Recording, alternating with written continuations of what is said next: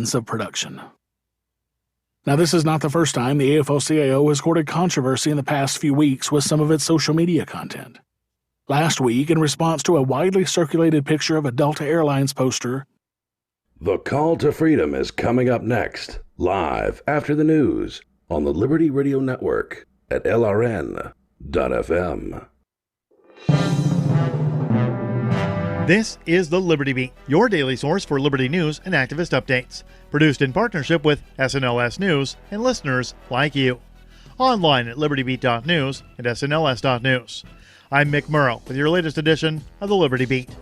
Gold is trading at $1,285. Silver at $14.55.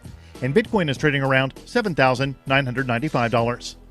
Today's prices are brought to you by InnoScale. Take off with Managed Cloud. Looking for a safe, secure way to store your important files online? Let InnoScale handle it for you. Their high-availability cloud servers are the perfect solution for clients needing one or more secure, scalable servers with built-in hardware failover protection. For details, see them online at innoscale.net. In the news, last week, the California Senate passed a bill that would establish limited state-chartered banks to serve the cannabis industry. Final passage of the legislation would remove a major federal roadblock in front of the developing industry in the state and further nullify federal prohibition in practice. The Free Thought Project reports that Senator Bob Herzog, a Democrat from California, along with a bipartisan coalition of 8 co-sponsors, filed Senate Bill 51 on December 4th. The legislation would create a self-contained banking system for the cannabis industry in California. Because marijuana remains illegal under federal law, cannabis businesses in states that have legalized marijuana remain effectively locked out of the banking system. If a federally chartered or insured financial institution touches marijuana money, it takes on significant legal risk. The federal government insures or charters virtually every bank in the U.S., and as a result, cannabis businesses have been forced to transact almost exclusively in cash. The Liberty Beat is sponsored in part by Brave Botanicals, high-quality kratom and CBD at reasonable prices, with excellent customer service. Brave Botanicals is activist-owned and mission-driven, and believes so strongly in the power of kratom, they're giving it away for free. Just go to freeounceofkratom.com for a free ounce of kratom delivered to your door. Just pay shipping. That's freeounceofkratom.com. This is the latest edition of the Liberty Beat. Find us online at libertybeat.news and snls.news. Your news now continues. A coalition of approximately 600 people, including anti-fascists, communists, and other activists, many of them armed, showed up to confront a small group of Ku Klux Klan members who assembled in Dayton, Ohio. In total, only 9 Klansmen attended. The group had banners, one reading "Honorable Sacred Knights of the Ku Klux Klan" and the other reading "Diversity equals Genocide." One held a sign reading "It's okay to be white," with the OK hand sign. News2Share.com reports they also waved KKK, American, and Confederate flags. The group assembled Saturday at Courthouse Square and had a barricade, 60 meters of empty space, 2 police lines, and 2 fences between them and the coalition of counter-demonstrators. Dayton City Manager Shelley Dickstein told the Dayton Daily News that the KKK rally cost the city about $650,000 in personnel and materials. Many activists from several groups came to arm themselves, open-carrying rifles and handguns. 2 officers who dumped 18 rounds into a hostage to save her life have been found in violation of the department's policy, but have not been fired. That's according to a report from the Free Thought Project, which says that Los Angeles police previously released graphic body camera footage showing officers opening fire on a man armed with a knife who'd taken a 49-year-old woman hostage. In the shooting, police killed both the man with the knife and the innocent hostage. Now, the department is claiming that the officers who opened fire on the innocent woman are being disciplined. However, they will face no criminal charges and will likely not even be fired. Last week, a civilian oversight panel ruled that 2 of the 3 cops who responded to the scene that day violated department policy on the use of deadly force. It will now be up to LAPD Chief Michael Moore to decide exactly what discipline measures he will take with the officers. Support for the Liberty Beat comes from the Conscious Resistance Network, featuring videos, news reports, and articles from a spiritual anarchist perspective. Experience the Conscious Resistance at theconsciousresistance.com. How would you like to have your business featured on the Liberty Beat? You can just send an email to libertybeat@snls.news for details. This is the Liberty Beat, produced in partnership with SNLS News and listeners like you. The Liberty Beat is online at libertybeat.news and snls.news. I'm Mick Murrow reporting for the Liberty Beat, reminding you, spread liberty with a smile.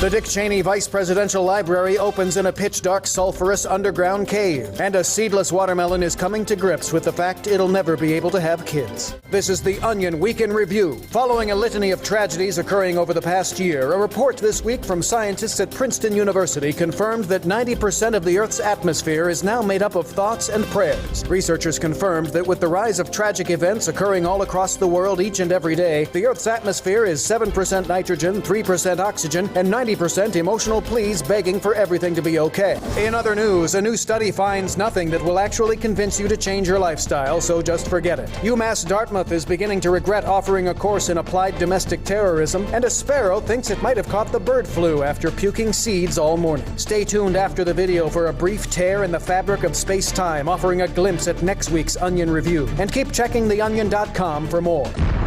This is the Onion News Network.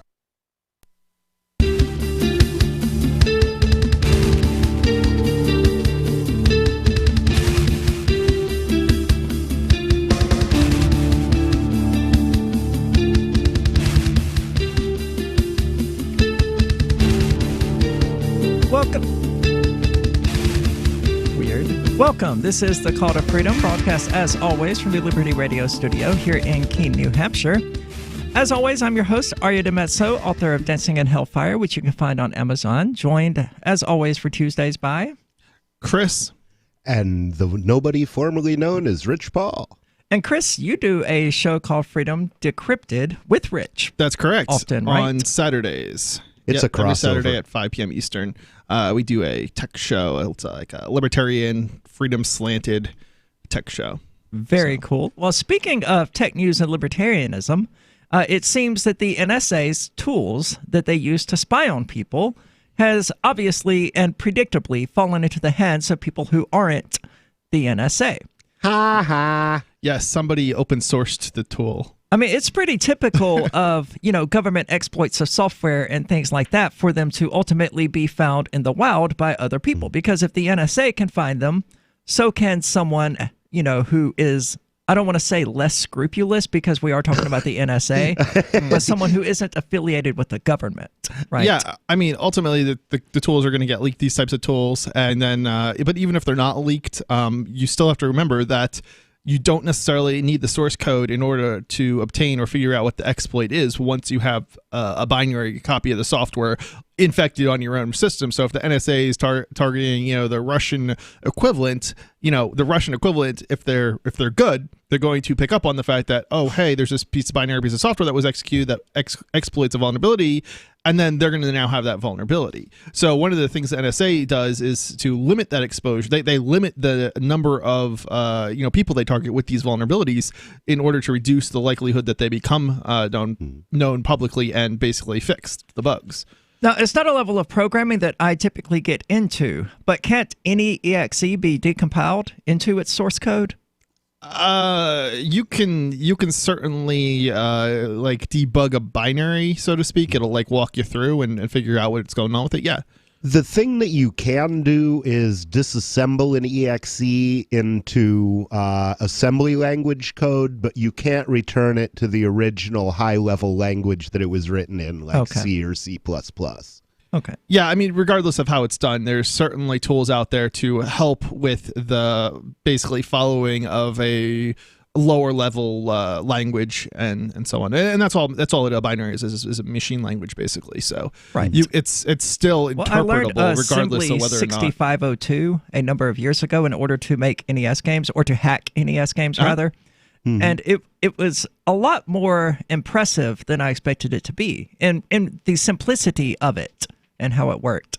So can a typical EXE, it can't be decompiled into like the C# or C++ or whatever it was actually coded in, but it can be compiled into whatever the current assembly language is. Yeah, and it's like it's messy. It don't get it's not this kind of thing that's nice and pretty for you when you disassemble it. Okay. Yeah. Interesting. Now, is this a level of programming that the two of you are capable of messing around in? Oh yeah, in the 80s, actually on a 6502 Apple II, we used to do that where, for example, say there was a license key for a piece of software. You go in and find the comparison, and you change jump if equal to jump if not equal. And then the software will run if and only if you put in the wrong license key. There's which is easy to find. Everything but like right that. is wrong. There aren't nearly as many people who are really good at this or capable of it today. Just because I'm sure we've the generation that this sort of skill set, you kind of had to learn this type of skill set in order to do anything, is kind of gone. We're all old and dead. We're all script kiddies now. Yeah, pretty much everybody who is learning to program in the last 20 years is basically just another script kiddie. I'm a script kiddie for all intents and purposes. I'm exaggerating this a little bit, but yeah, I mean, most people do not have the knack for it nor interest. And since there's no need, it's just not something that most people have, the chops for. Now, there are two places where assembly language programmers are still frequently needed and always will be. The first is in writing firmware, which can be written in high-level languages, but is frequently written in assembly language because it has to be the best possible performance. And the other thing is writing compilers, because compilers frequently will take C and turn it into assembly language and then assemble that into your object file. Well, that's essentially what the compiler does. I mean, that's what it is, isn't it? Is a way of taking the C that you've written or the Java that you've written or whatever that you've written and converting it into assembly. Yeah, well, it has to convert it into object code. Some compilers go directly from C into object code, and other compilers will actually put it in the human-readable assembly language format and then throw the assembly language through an assembler. GCC works that way, the Linux compiler. Interesting. I tend to avoid Linux. So what did the NSA do? I mean, did they accidentally release the tools, or did somebody just happen upon the same exploit? No, the tools were actually leaked, seemingly, and the story they don't really know, nobody knows, not the FBI, not the NSA, who actually did the leaking or how it got leaked in the first place. It could have been an employee that was, not very happy, or it could have been, some sort of infiltration, like a spy type situation. Wow. And they just don't know. It's so they also suck at spying. Yeah, the whole cloak and dagger thing, they're just kind of bad at. It seems like it.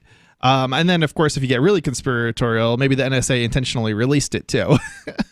We don't really know. That's true. Now, what would their objectives be? We can speculate, maybe, but go chaos. For it. Well, speculate on, Rich. I guess one reason that I can think of to do it is plausible deniability. Oh, we didn't do this. Somehow our code accidentally got out there and somebody else used it to do this illegal or unconstitutional thing with it. This is a good possibility, because if the telltale signs of code is in something, they then go and the security community goes and associates it with a certain group.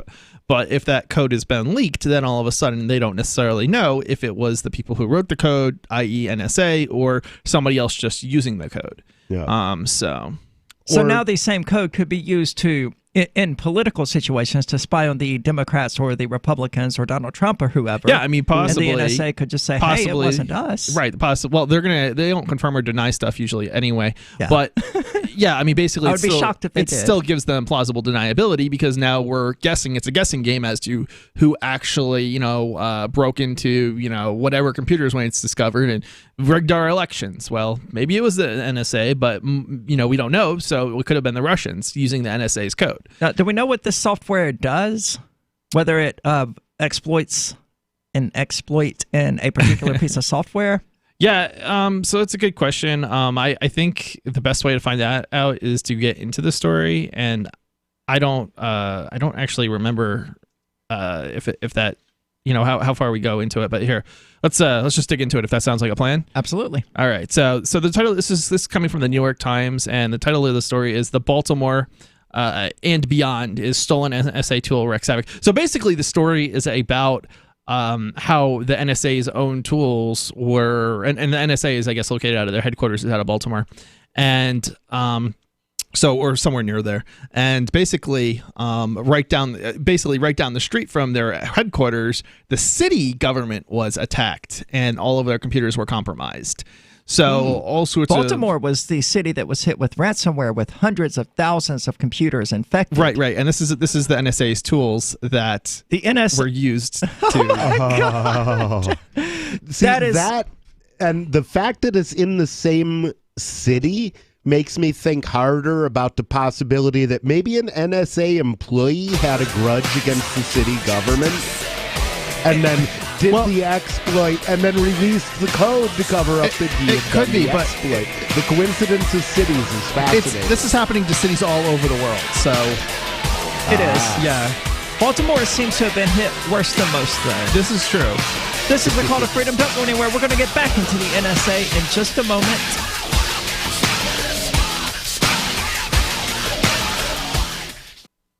Cell 411 is a free app for Android and iOS that replaces government-controlled 911. Cell 411 allows you to preset a group of friends or private organizations to show up at any emergency. Cell 411 is a nightmare for the state because it proves their so-called services aren't needed. Cell 411 has had thousands of installs, and of course it's covered by the BIPCOT no government license. Cell 411 because your friends won't shoot you when you're in trouble. Without the government, who would build the emergency services? You and Cell 411. Get it today at getcell411.com. Is spreading the message of liberty, cryptocurrency, and peace around the globe worth $2 per month to you?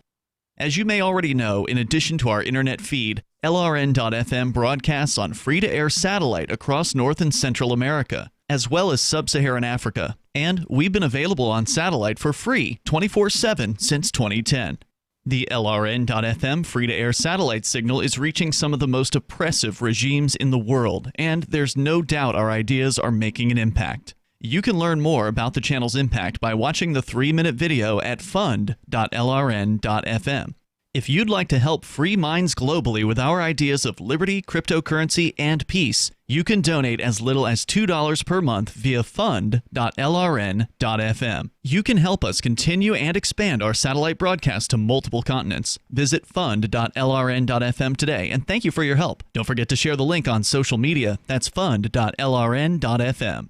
Some of you asked, and now we've delivered. LRN.FM's live Keene, New Hampshire studio shows are now streamed in HD on Twitch. Visit our channel at twitch.lrn.fm and give it a follow. If you have Amazon Prime, you get 1 free subscription on Twitch. If you use it on our channel, Twitch will give LRN.FM a monthly piece of your Prime subscription cost. So please watch, follow, share, and subscribe to twitch.lrn.fm. That's twitch.lrn.fm.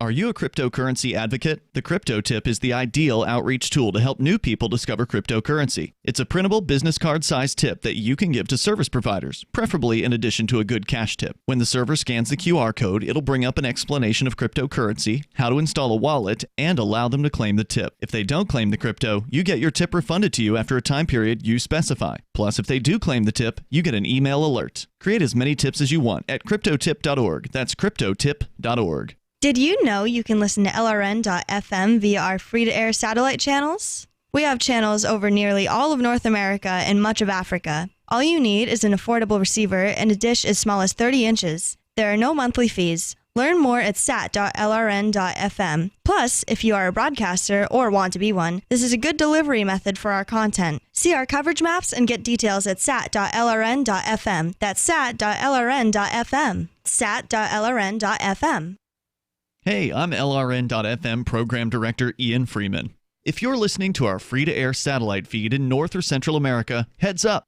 We've been on the Galaxy 19 satellite since 2010, but now our satellite provider is moving LRN.FM to a new channel on a different transponder. The current channel will stay on the air until the end of May to give you time to transition without any loss of service, so don't delay. I've posted the new channel details at sat.lrn.fm, but in case you're listening with no internet access, if you do a blind scan on your receiver, you should see the new channel at transponder 6, 11.8425 gigahertz, horizontal polarization, symbol rate 22,000, FEC 3/4. All that information is at sat.lrn.fm, as well as a link to our Patreon, where you can support our channels for just $2 a month. Visit sat.lrn.fm for more information about our international satellite channels, and thanks for listening to LRN.FM. Love what we do? Please help support our international satellite channels at patreon.lrn.fm. That's patreon.lrn.fm.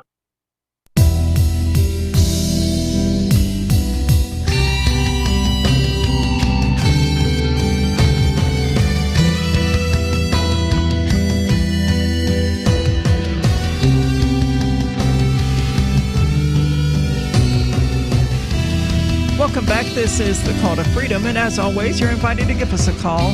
That number is 603-283-6160. Again, that's 603-283-6160. Or if you want clearer quality, you can use the Discord call-in lines, which you can find at discord.lrn.fm. And we've been laughing at the NSA, whose stupid shenanigans have resulted, evidently, in the city of Baltimore being hit with a ransom attack that is going to take them years to recover from. It wasn't 100,000 computers. It was closer to 10,000, I remember now. And, you know, I've cleaned up ransomware infections in the past. But I on know 10,000 systems? No, that's exactly what I'm getting at. Even if you have someone experienced with this who is knowledgeable in it and who has done it before, it would take me 2 to 3 years at best to dig through all of that. And that's also... I mean, once a computer system is compromised, you know they did something to it because you can see that, but you don't know what else they did to it. And so in my case, every time I've dealt with a compromised computer, it's been at minimum pull the documents off it, reinstall the operating system. Yeah. Well, there's no choice I will never with trust ransomware. it again. That's what you have to do with ransomware. Yeah. I can't Because imagine how else you could. It tends to corrupt hopefully you got everything. a backup. I mean, the simplest solution, honestly, is for the city of Baltimore to simply pay the ransom. That gets them up and running, gets everything decrypted. It fixes the problem. I know they don't like it. But still, they can never trust those machines again because they could, okay, we've decrypted the files. We've still got keyloggers installed and we've still got whatever else. And the NSA is now participating in a botnet that's doing normal DDoS attacks. Yeah, but see, that's here's the problem. This is a problem of poor security. It's not really the ransomware author's fault. It's Baltimore's for not maintaining their systems properly. Right. This is not like this vulnerability has not been known about. It's something that has been known about. If this tool was used by the NSA, we can assume it's probably a zero-day exploit.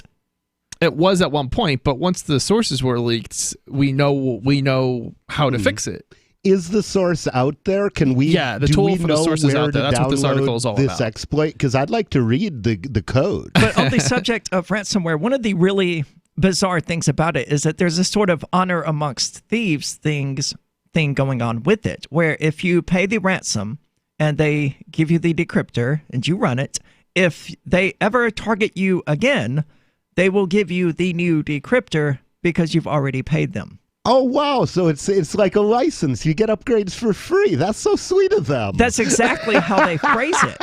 They're like, hey, we took the initiative to secure and protect your files. Don't worry. They're encrypted with top-level encryption. We're going to keep them perfectly safe, but we're going to throw away your key if you don't pay us this amount of Bitcoin. Yeah, I mean, back in the day, I mean, the hacker ethic was different because hacking was not criminalized when I was a kid, or not nearly as criminalized. I mean, the cuckoo egg thing played out, but, that was kind of a big deal at this time. But most of the time, they wouldn't go after you if you got caught hacking. They might even give you a job at the NSA or at the company you hacked into.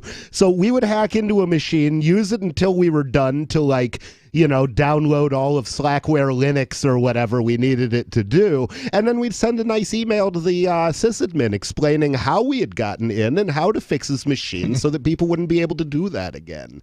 And we were mostly using schools at the engineering department at the University of Michigan, so it was probably educational for the kids too, who were administering these machines to say, you have to run shadow passwords or any user can crack your box. Interesting.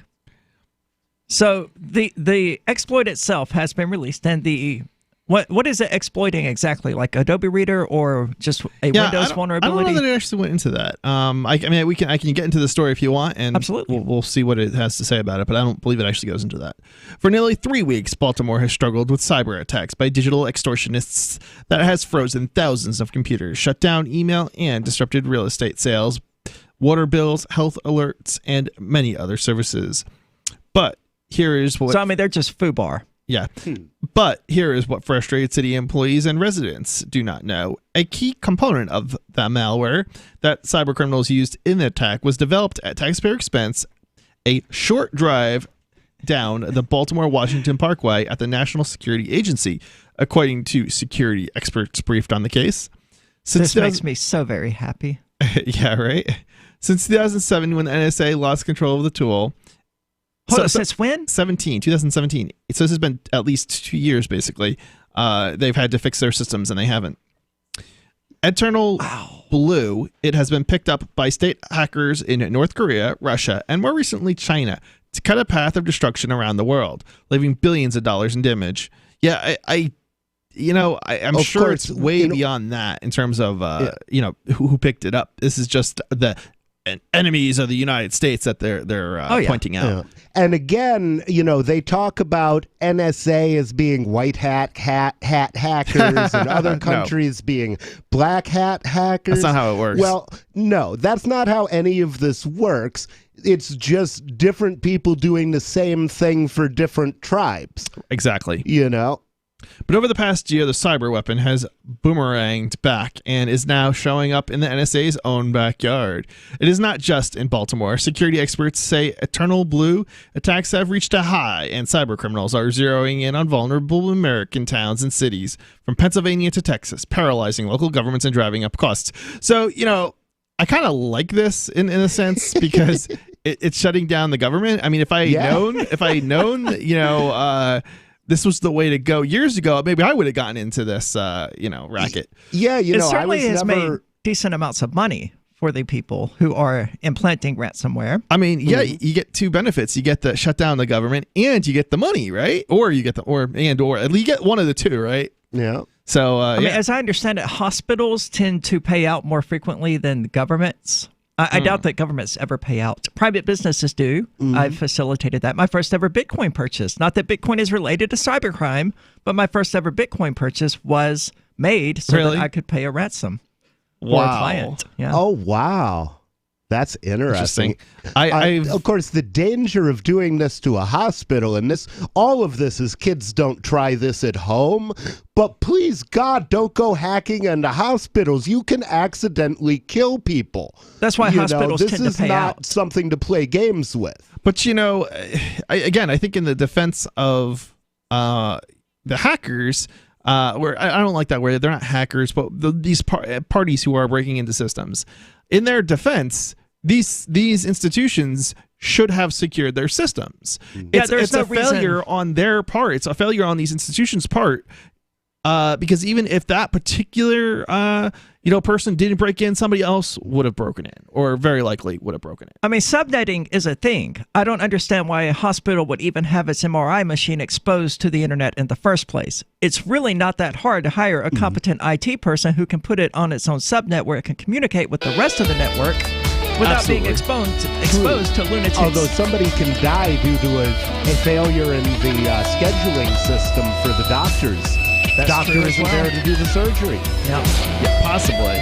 They usually have people on call too, though. And one would hope. Yeah, but kids, don't try this at home. Yeah, I still wouldn't recommend breaking into hospitals. Not a good idea.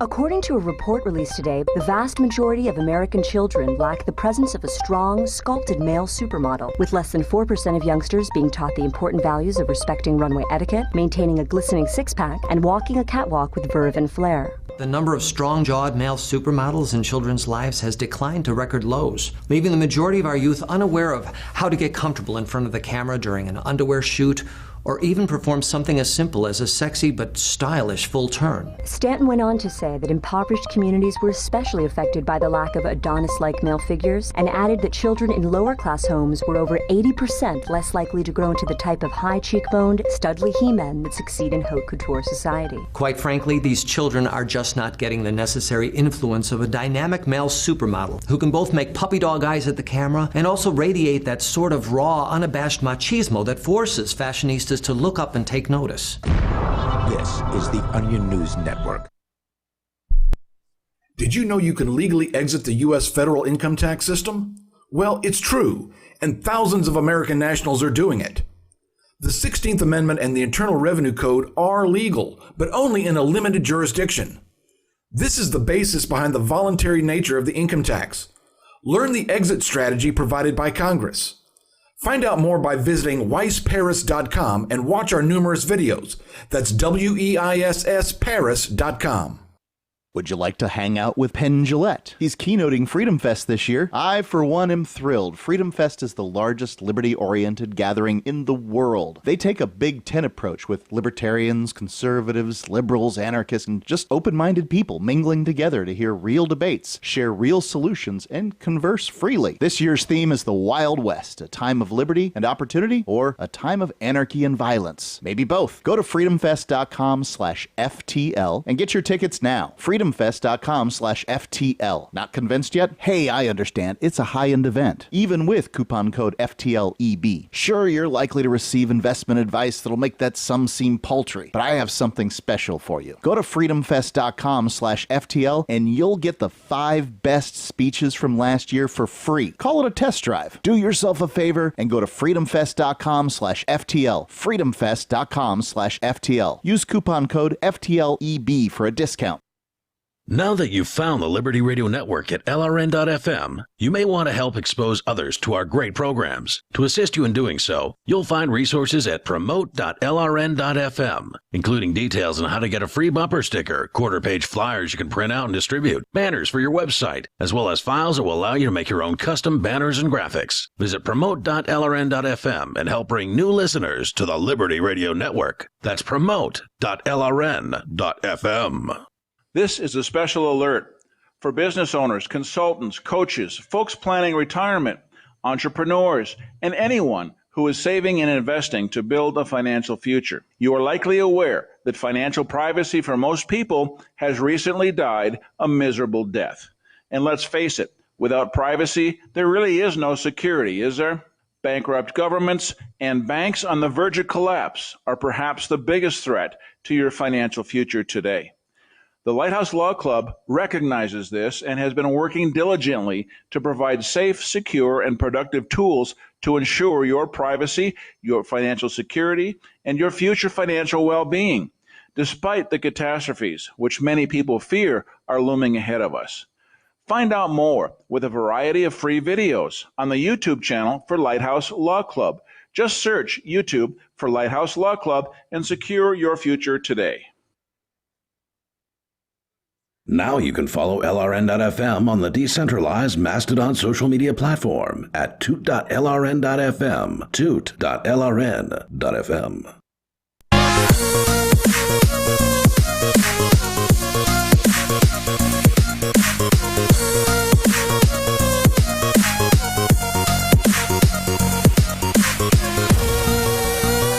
Welcome back to the Call to Freedom here on LRN.FM. And before we get back into the story about the city of Baltimore being hit with ransomware developed by the NSA, I want to tell you about the Rational Review News Digest, which you can find at rationalreview.com. It's the Freedom Movement's daily news digest, aggregating stories from all over the internet that are of interest to libertarians and to liberty-minded people. They include podcasts, videos, blogs, news articles, and are now a source for people to receive the Call to Freedom's podcasts. So be sure to check them out. Again, that's rationalreview.com. to stay up to date on all the happenings in the wider world. When they actually do them, because it's been a holiday weekend, so they haven't really bothered much. So I imagine this story will be in there in tomorrow's edition.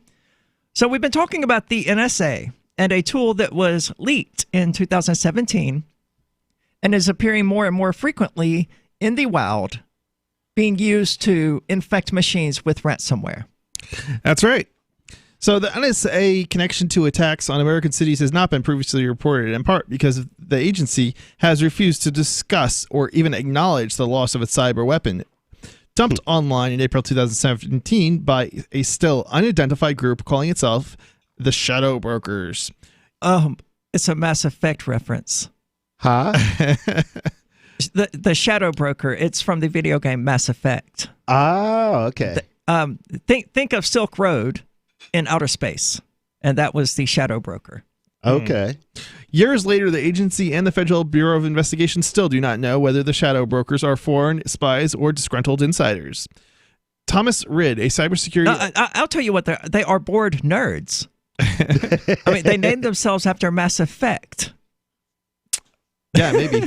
Thomas Ridd, a cybersecurity expert at Johns Hopkins University, called the Shadow Brokers episode the most destructive and costly NSA breach in the history.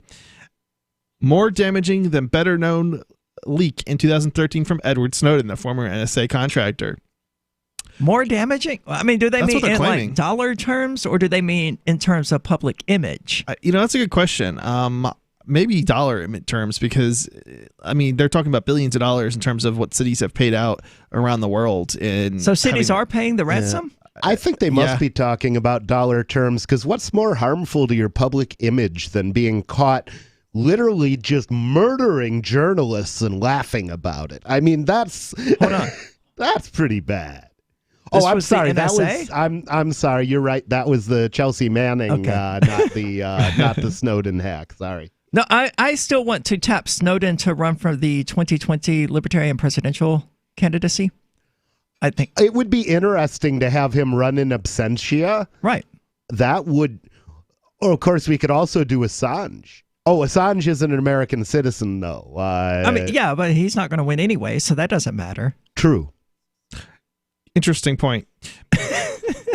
Since the leak, Chris. Foreign intelligence agencies and rogue actors have used internal blue to spread malware that has paralyzed hospitals, airports, rail, and shipping operators, ATMs, and factories that produce critical vaccines. Now the tool is hitting the United States where it is most vulnerable, in local governments with really? Well, okay, most vulnerable, I guess that makes sense. In local governments with aging digital infrastructure and fewer resources to defend themselves.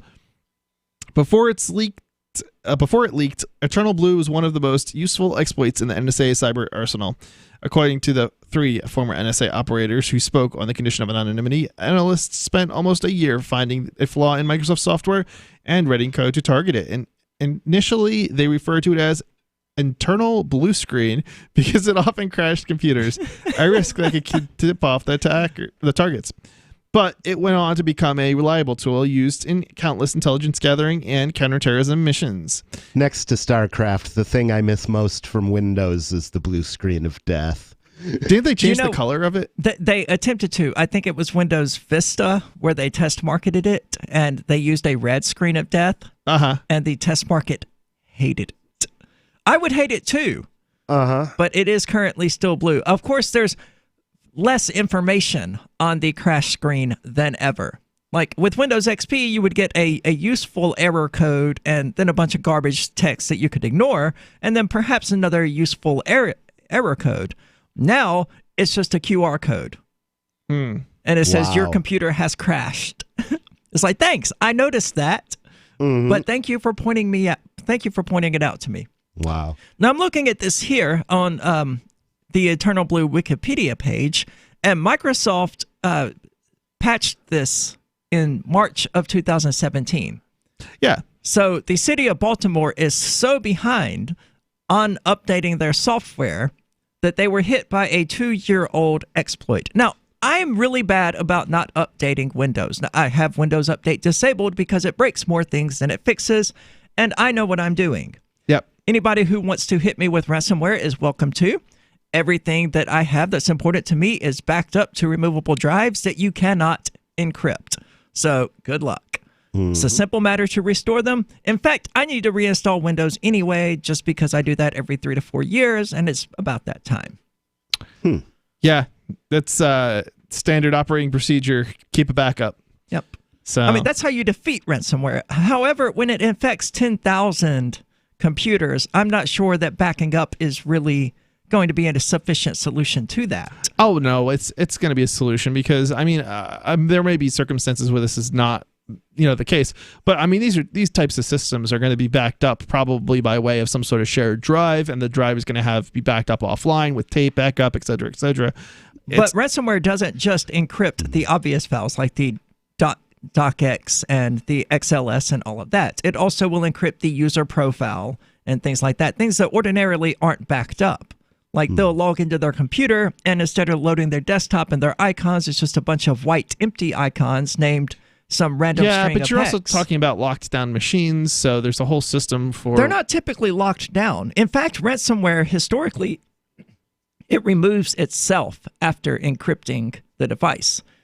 Right, but which makes sense, because you don't want your victim to have your code. These or he'll be able to what I'm fix talking it. about locked down is, I mean, these entities are locking down the machines, not the ransomware. So, it's not...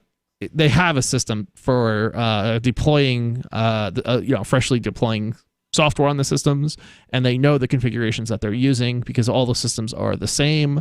There might be different ideally, groups they're the same of systems. But we are talking about the government. I imagine they have. Okay, 30 well, or if it's 40... done properly, this shouldn't be the end of the world. Well, if it's done properly, they should be able to just throw ghosted drives into each one of these computers and have them back up and running within minutes. I mean, 10,000 will possibly take you a while if you have to go around to each system and insert a floppy or wait a minute, I'm sorry. That's probably not how it's done now. But anyway, no, I mean, the drive would already be ghosted. It would already be backed up. It should happen automatically at least once a week. So they would just have to open up the PC, which takes a couple of seconds on most computers, pop out the hard drive, pop in the new one, bam, it'll boot right up because the operating system, the user files, the programs, everything was backed up onto the external hard drive, onto the ghost drive. Sure, but that's not how they're going to do. They haven't. I don't even back in the 90s. They I mean, that's not how you would do it. Probably. You would reboot from some sort of removable media, and then the software would it would download from the network, and the system would be reloaded. I mean, there's absolutely no reason to do it that way, though. I mean, that's the way I did it in the wild for clients. It was by ghosting their drives. Well, the way you do that and the way somebody who would do it, who's administering 10,000 machines, is going to be way different. Well, yeah. Well, that's why none of my clients ever got infected with ransomware. It was a colleague's clients that did. None of mine ever did. Okay. In fact, my clients were in such good shape that years would go by without them contacting me.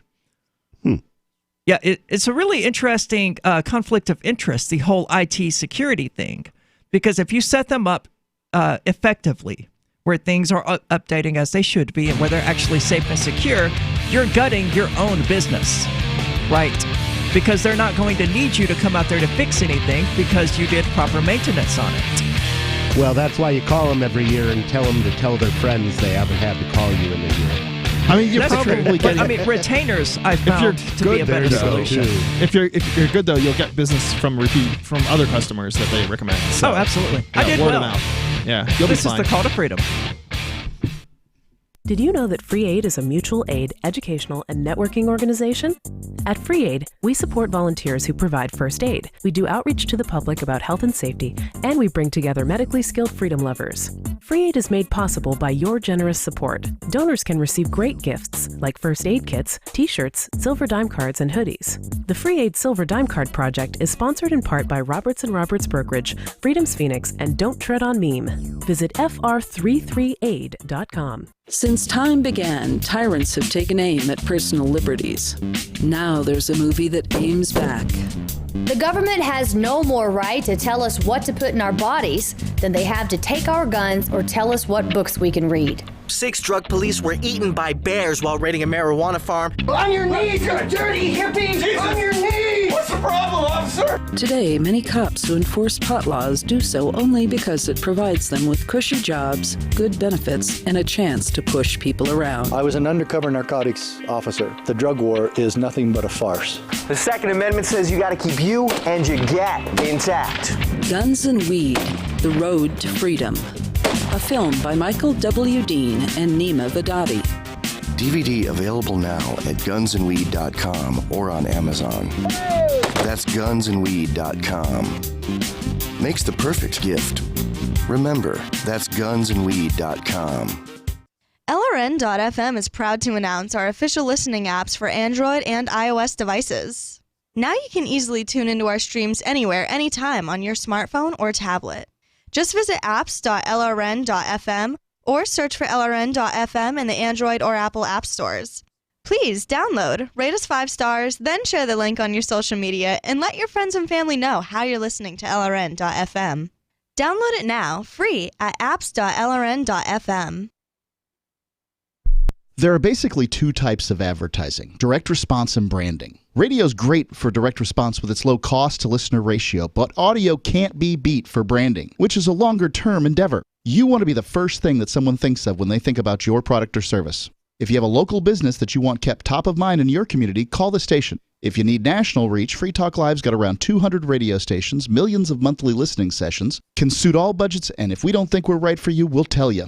Email me, mark@freetalklive.com. There are lots of ways to listen to Free Talk Live. Our podcast has been around since podcasts began, and now the FTL feed is loaded with content besides our full show archives. Did you know that we make it easy for you to customize your podcast subscriptions? We have different feeds, one that includes only our full shows, one with just the Daily Digest, and one with just the Edgington Post. You decide what you listen to. It's quick and easy to customize your feeds at feeds.freetalklive.com. That's feeds.freetalklive.com. Excuse me, is this where I get a license to start a new business? I wouldn't be hasty. You have to get a license to go out of business, too, you know. Oh, well, look, I've invented this little anti-gravity machine, see? Oh, is that why you're walking 2 inches above the floor? Oh, yes, it's very comfortable. It saves on shoe leather. Yeah, well, you have to fill out these forms and report to the Human Services Department of Manpower Orientation and register with the Fair Employment Practice Commission, the Wage and Hour Division of the Employment Standards Administration, the State Sales and Income Tax Division, the Internal Revenue Service, and the Social Security Administration of the Department of Health, Education, and Welfare, and, of course,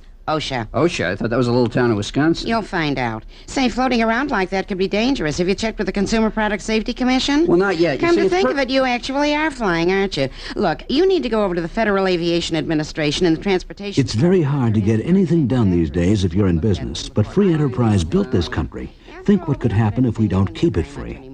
A public service of this station and the Center for the Defense of Free Enterprise, Bellevue, Washington. We just can't have people floating about unregulated, you know.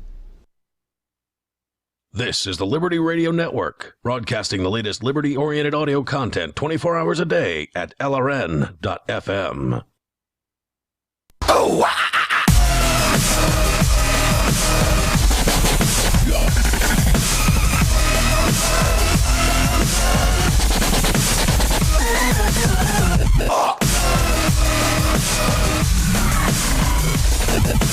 Welcome back. This is the Call to Freedom. And of course, all cops are bastards. I think that goes without saying. But if you've ever wanted to emulate them, if you've ever wanted to have sex with prostitutes and then arrest them, or bust people for drugs and then sell the drugs on the side for a nice little bonus, or just in general enjoy the power rush of being a cop without all the paperwork, you should try the Thin Blue Line game, which you can find at thinbluelinegame.com. It's the only card game in the world that allows you to shoot someone over a broken tail light and then escape accountability with the magical phrase, "I feared for my life." Wow. You know, typical cop stuff. Get it now at thinbluelinegame.com. And for a limited time, you can order your copies using the coupon code CTF to get all shipping costs waived. So go get it. That's thinbluelinegame.com. Does that run under either Android or Linux? It is a card game. Okay. Did I not make that clear at any point during the ad? I have don't to know. inspect that. No, I did say it's the only card game in the world. I guess I flew over it too quickly. Oh, okay. Yeah, I guess. Anyway, I have a copy of it. It's humorous. You can also break into someone's apartment and shoot them and escape accountability by saying that, it was dark and I thought it was my apartment. You can pull old ladies over for doing 38 in a 35. You can do all kinds of fun little BS things. You can choke someone to death on the streets for selling cigarettes and earn promotions doing it. Of course, you must feel like a real hero after doing that. I'm sure you do. Keeping the streets safe from unlicensed tobacco distributors. Yeah. So anyway, there is cop news I'd like to discuss at some point, but more importantly, the NSA is responsible for an exploit that was released into the wild in 2017 and was patched very quickly by Microsoft. But a lot of places, including the city of Baltimore, it would seem, are not exactly... See, this is the issue I had with having a colleague, a subcontractor that I was subcontracting for in the first place, is that this is an issue with IT people. I've seen this so many times. I'm one of few IT people I know who actually takes IT security seriously. I've gone into clients who had their first names was their username and their password, and their password to QuickBooks was just their name with a capital letter. Wow. They had RDP wide open on the default port. Wait a minute. They actually had passwords on their QuickBooks? Yes. I've never seen that. Really? Wow. But I mean, it doesn't matter. They got more security than any of my customers ever did. If your name is April and your username is April, the very first thing a prospective hacker is going to attempt is your first name. And then they're going to try your first name with a capital letter. And it's going to hit. And 9 times out of 10, if you go to any random computer and it's got a name as the username, go ahead and type it in as the password. 9 times out of 10, you'll get in. Wow. I've seen, and this is multi-million-dollar businesses hiring an IT firm that sets this crap up with RDP ports wide open. All you need is terminal services, and you can take full control of their server. Yikes. Yeah. If they have a domain controller, congratulations, you just got everything. And this is how the average IT person treats security, because there is a balance, there is a price to be paid between high security and usability, right? It's why people hated user account control by Microsoft. So when you set up these complex passwords that have to be changed every 30 days or whatever, it irritates the users. Well, not just irritates them, but in many cases it will inspire them to write their password on a Post-it note and stick it on their monitor, which I've seen. I have seen it as well.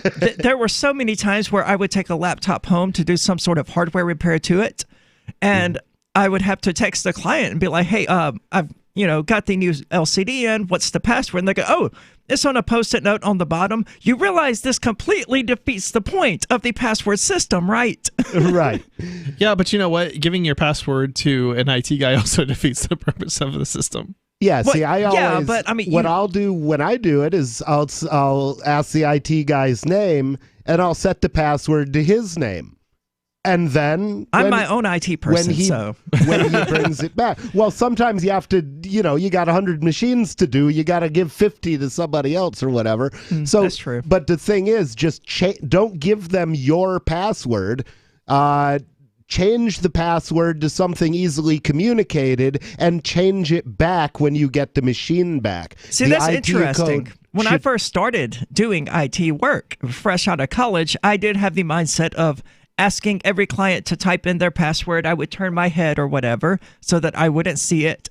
And like 3 years later, I'm just like, what's your password?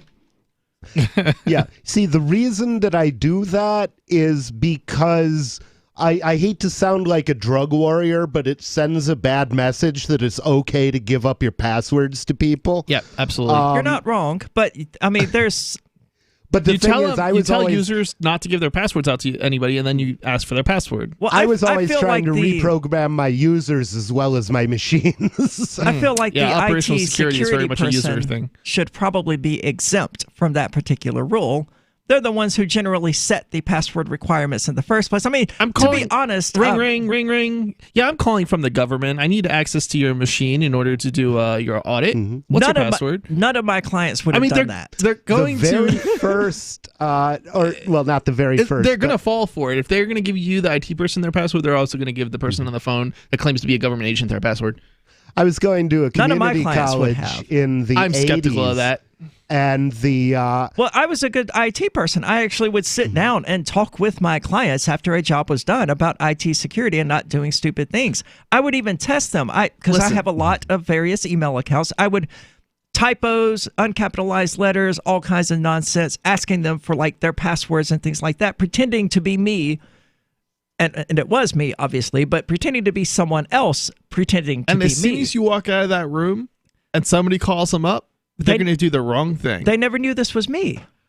That was the whole plan. I would go to Yahoo and create some stupid address and be like, "Hey, this is your IT person here, full of typos and incorrect grammar and all this other stuff. Clearly not me." And I would like, "I need your password so that I can do X or Y or whatever." And they would always forward it to me. Always. Okay. Yeah, see, I had... So anyone who called up asking for their password, they would have been directed to me. My experience is you tell a user something and it goes in one ear, goes out the other. But maybe we have a totally different customer base. I don't know. You're not wrong on that note. Yeah. I remember one time I was at a company... same software startup, actually, and people kept getting viruses. So I sent out a message that appeared to be from the lead architect, had a subject line of "I'm a little teapot," and an exe file in it. And all the exe file would do is throw up a dialog box that says, "Don't click on strange exe files in emails. Just to make sure you've gotten my point, I'm going to start erasing your hard drive." And it shows a progress bar going across the screen. Now, I wasn't actually erasing anything, but I had some angry, you really like to get users. into trouble, Rich. Yeah, I don't know. That seems like it goes beyond that line, you know. Yeah. Well, you don't want to make your clients feel stupid. Click on a landmine just to see what it did. I mean, it's not uncommon. Yeah. I mean, especially now. And another thing that IT people are directly responsible for is when we're on the phone with someone, stepping them through installing something. What do we always say? It's like, just keep clicking next until it says finish, and then click finished. We are the reason that they had Yahoo Toolbar installed onto Internet Explorer. We're the reason they have all of this crap downloaded in these exe packages. When they go to download some antivirus, it's like, "Hey, you want to also download this stupid thing for free? Uncheck this box." They don't look for it because we never told them to. We just said, click next until it's done. We created that problem. See, you did. I never did that stuff. I created that problem with several people. So all of the clients that I had who had the coupon toolbar, the Yahoo toolbar, the MSN toolbar, I was the reason they had that crap. Because all of those times that I told them, just keep clicking next until it's finished. That's the joy of remote desktop software. That's the good side of it. It is. Because, I don't remember what all the tabs are on every installation dialog. I don't remember what any of the tabs are on any installation dialog until I see them. Yeah. Well, there were some programs, and still are, that I install frequently enough that I could probably step someone through it and uncheck all of the pertinent boxes. Probably like MooTorrent would be the best example. But for the rest, it's just, they're going to end up with some kind of junk. I don't have to worry about that kind of thing, so. Lucky devil. Yeah. Why did you move to the Shire? I moved here to the Shire because there's other people around who take liberty just as seriously as I do. I moved to the Shire because I saw videos of people challenging authority and thought that I could get support myself. It called to me, like, do this, right now. I wanted to be around people like me who got it, and once I got here, I knew there was nowhere else that I wanted to be. I've always wanted to change the world, so I moved to the Shire to join people who were actually working towards doing the same thing. The people here are awesome, loving, and positive. It was for the adventure and for the feeling of something important is happening here. And I just wanted to come to sort of be part of that. Visit ShireSociety.com to read and sign the Shire Society Declaration and learn the reasons why, if you love liberty, you should immigrate to the Shire. Plus, connect with others via the forum at ShireSociety.com. That's ShireSociety.com. LRN.FM now has a Discord. Discord is a free text and voice chat platform, and we now have our own server with a bunch of channels at discord.lrn.fm. You can join other listeners as they chat about various things during our live shows, or anytime, day or night. Discord software is available cross-platform, so you can have it on whatever device you want and take your chats anywhere. Join our Discord at discord.lrn.fm. That's discord.lrn.fm.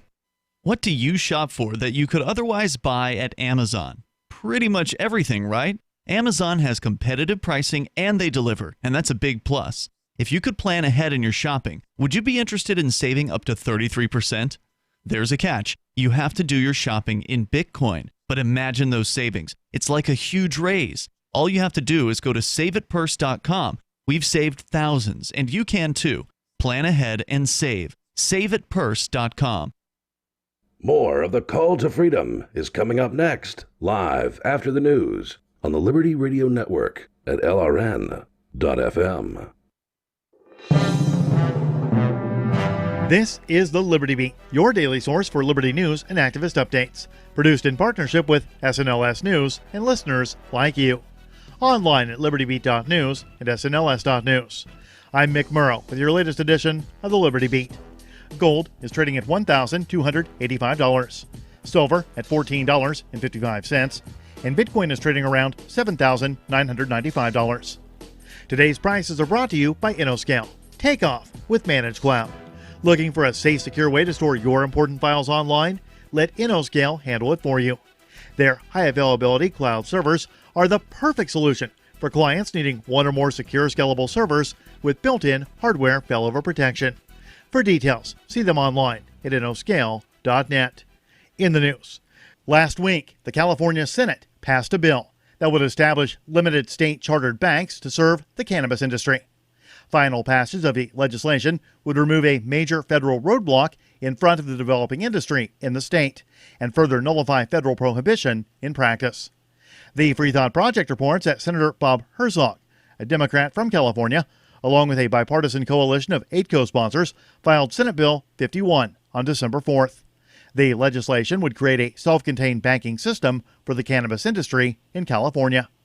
Because marijuana remains illegal under federal law, cannabis businesses in states that have legalized marijuana remain effectively locked out of the banking system. If a federally chartered or insured financial institution touches marijuana money, it takes on significant legal risk. The federal government insures or charters virtually every bank in the U.S., and as a result, cannabis businesses have been forced to transact almost exclusively in cash.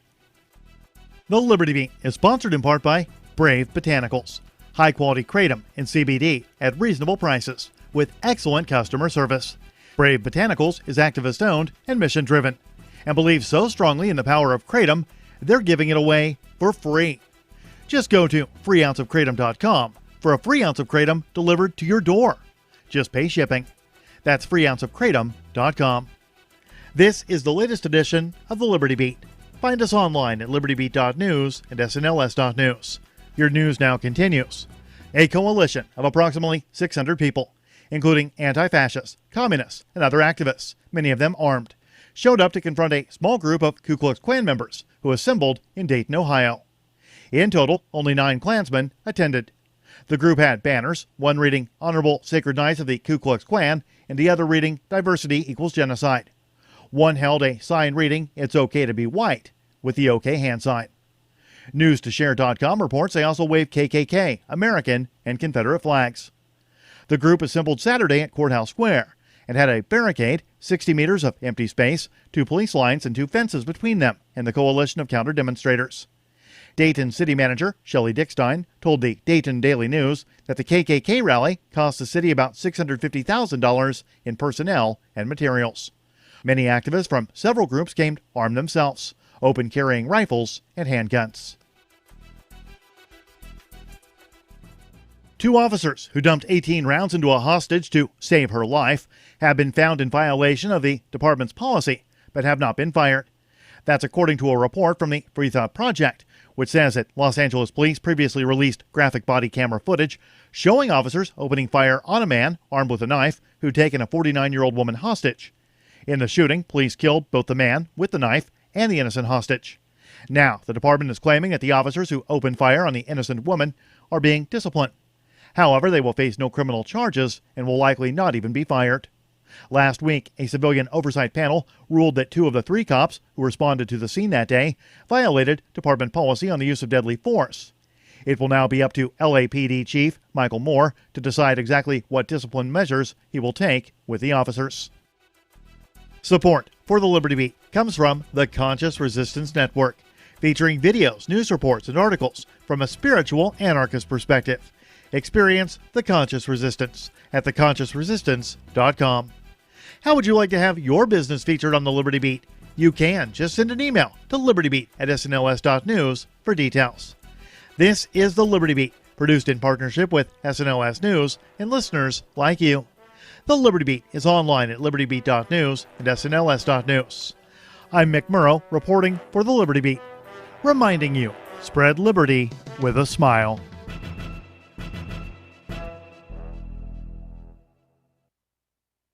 The producers of Sesame Street have responded to the controversy over the recent New Yorker cover that showed Bert and Ernie as a gay couple celebrating the repeal of DOMA. Sesame Workshop released a statement today saying, quote, "We have never viewed Bert and Ernie as a gay couple, but as 2 friends who will do absolutely anything to get their rocks off. These pansexual perverts cannot be categorized in your narrow gay, straight, or bisexual paradigm. They're into some pretty sick shit." On their website, PBS released a long list of the duo's strange sexual fetishes, which range from shoving ice into their anuses so that they can shit cold water into women's mouths, to castrating stray dogs and then masturbating onto the animals' bleeding wounds. Although they're flattered that fans have turned the characters into gay icons, the producers explained that calling them gay would be inaccurate. Quote, "They will literally f*** anything that moves." The producers also added that Oscar the Grouch is neither male nor female, and that its trash can is designed to hide a lower body that is just a Lovecraftian monstrosity of hundreds of interlocking penises and vaginas. This is the Onion News Network.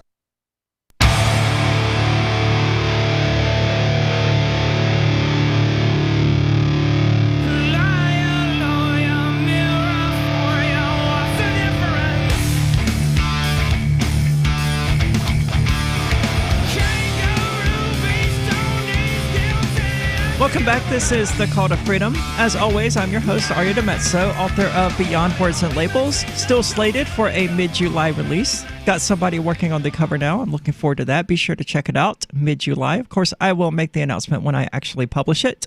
Joined, as always, on Tuesdays at least, by Chris. And I'm at... And the nobody formerly known as Rich Paul. It actually feels weird being here on a Tuesday. now. Yeah, because you haven't been in on a couple of Tuesdays, right? This is the third one that.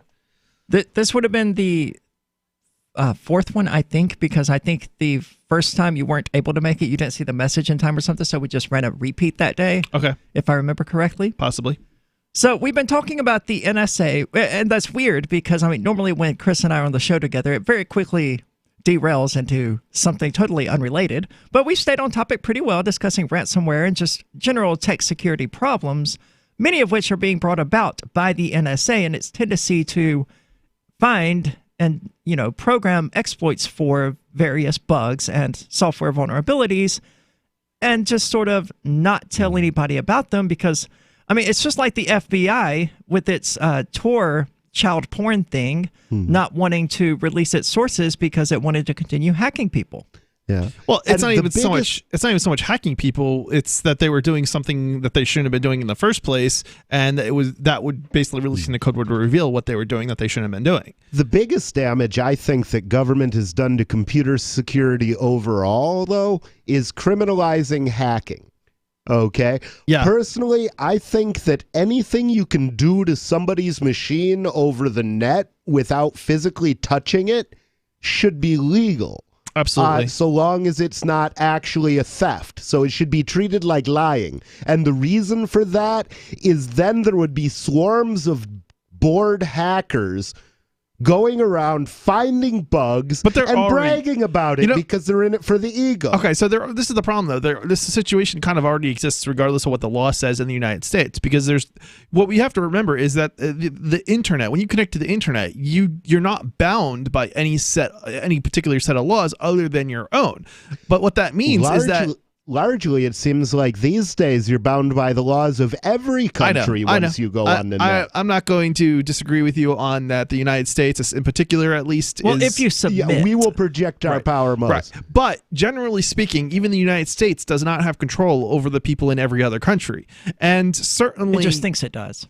It does. It just thinks it does, right? But the point that I'm trying to make here is that there are, I forget how many, 293 countries, something like that, and then there's other territories even that really the governments that supposedly control those territories don't actually have control over them. So, you're talking about probably over 300 different places, different legal jurisdictions, and there are going to be both government actors and non-government actors that are outside of your control. You have to. The only thing you can do is protect yourself. To try and say, "Oh, we're going to arrest the hackers," it's misleading. It's deceptive to the individuals who don't know better. That's not going to work. And instead of people taking proactive action to protect themselves, they're relying on a false sense of security, which doesn't really do anything other than cause pain to certain, handful of people. And really, it's your own people that you end up causing issues with, or preventing from essentially making a buck, because you're trying to prevent them from operating in what would otherwise be a free market. So I don't know if that makes any sense to you guys, but it's like you'll allow other countries' hackers to profit off of hacking, but you won't let your own. So you have no economic benefit from it. You only have an economic loss. To me, it's not even about the economics of it. It's not, but it can be. Although it does make sense. Although you could say, I don't know, you could say that in terms of profiting from hacking, that nearly always is going to involve some kind of extortion or theft. So the issue with that is, I'm not saying it's moral. There's a difference between, and I'm not a person who thinks the government should be involved in morals. So, if at least to the extent that there's no victim, there's no victim of violence, actual theft, or maybe fraud. I'm a little. I don't think fraud would be. I think on the internet, fraud is. It doesn't. You cannot regulate that. Would you consider and so it shouldn't hacking be. somebody's Bitcoin wallet to be actual theft? That's a good question. I don't think it matters. I mean, assuming that you transferred. Right. I don't think it matters in the case of the internet, any kind of internet connected devices, because ultimately what you're doing by signing up is you're agreeing to receive. Now, you can drop or ignore something that's received, right? But that's up to you. That's your obligation. And essentially, if you're saying, okay, if you're responding to the person that's hacking you, you're essentially voluntarily giving them your money. Okay. So it's not, I don't necessarily think that is, it might be immoral for somebody to do, but I don't necessarily think that it is something that should be illegal, because it takes two in order to accomplish it. Yeah. I mean, I guess I think you're right. And let me know if I'm right about what you're saying. It sounds like you're saying that it's akin to developing a habit of punching yourself in the face whenever somebody says fish, and then suing people who say fish for assault. Yeah, a little bit like that. Well, they didn't do the assault. Right. They just said fish. Right. You were the guy who punched yourself in the face. Right. So in there it makes sense. You sent me a packet. I could have done anything with it. My software happened to transfer all my Bitcoin to you. So that's kind of the fault of my... Right. Your software was programmed in such a way to respond. Now, maybe you didn't intend that, but you still did that, and it's up to you. It's your responsibility. It can't be somebody else's responsibility, because the government has no effective ability to actually stop it from happening. The only person who can stop it from happening is you. I'm not sure I agree. How is the government? How do you think the government's going to go after the Russian mob? How do you think the U.S. government's going to go after the Russian government? How do you think the U.S. is going to go after the Chris, I'm not talking about the government. Okay. But if all of your funds are hacked out of the Koinami wallet, that's Koinami's problem. For the average user, they're not capable of analyzing the source code to determine what vulnerabilities may be there. And I don't think it's reasonable to expect that every average person be that capable. We don't expect every average person to be able to change their spark plugs before they drive a vehicle. I understand your argument, and you're totally you're. I'm not saying Koinami should be held liable for damages or should restore the Bitcoin. But here's the thing. Anything. Here's the thing. I don't have the capability of looking at every bit of source code that runs on my computer either, and that's not what I'm saying. Okay, what I am saying is it's up to you to secure your system to whatever degree you want protection, basically, and to not do those things that result in your encryption keys. If you don't want your encryption keys leaked... No, you're wrong. Because I don't have to be an auto mechanic to be sure that my car isn't going to fall apart randomly while I'm driving down the street. It's the expectation of the average person that the automakers, the engineers, the people who actually put this stuff together... You would blame Microsoft then? I would... That's what it sounds like you're saying. If there is an exploit in their software or a vulnerability in their software that allowed my system to be infected... I would ultimately blame Microsoft. Okay. I wouldn't expect any sort of damages or punishment, but I would expect them to fix the problem. To blame? Well, let me finish what I'm saying. Okay. I would expect them to fix the vulnerability going forward. Who is to blame for you purchasing that system or purchasing that copy of Microsoft? Microsoft sold it to me. I would say they bear some culpability for any vulnerabilities discovered within it. And do you not? But that's declaimed in the license agreement, right? But also, do you not have some responsibility, given that you had a choice and you could have, in the free market, gone with something else that was more secure?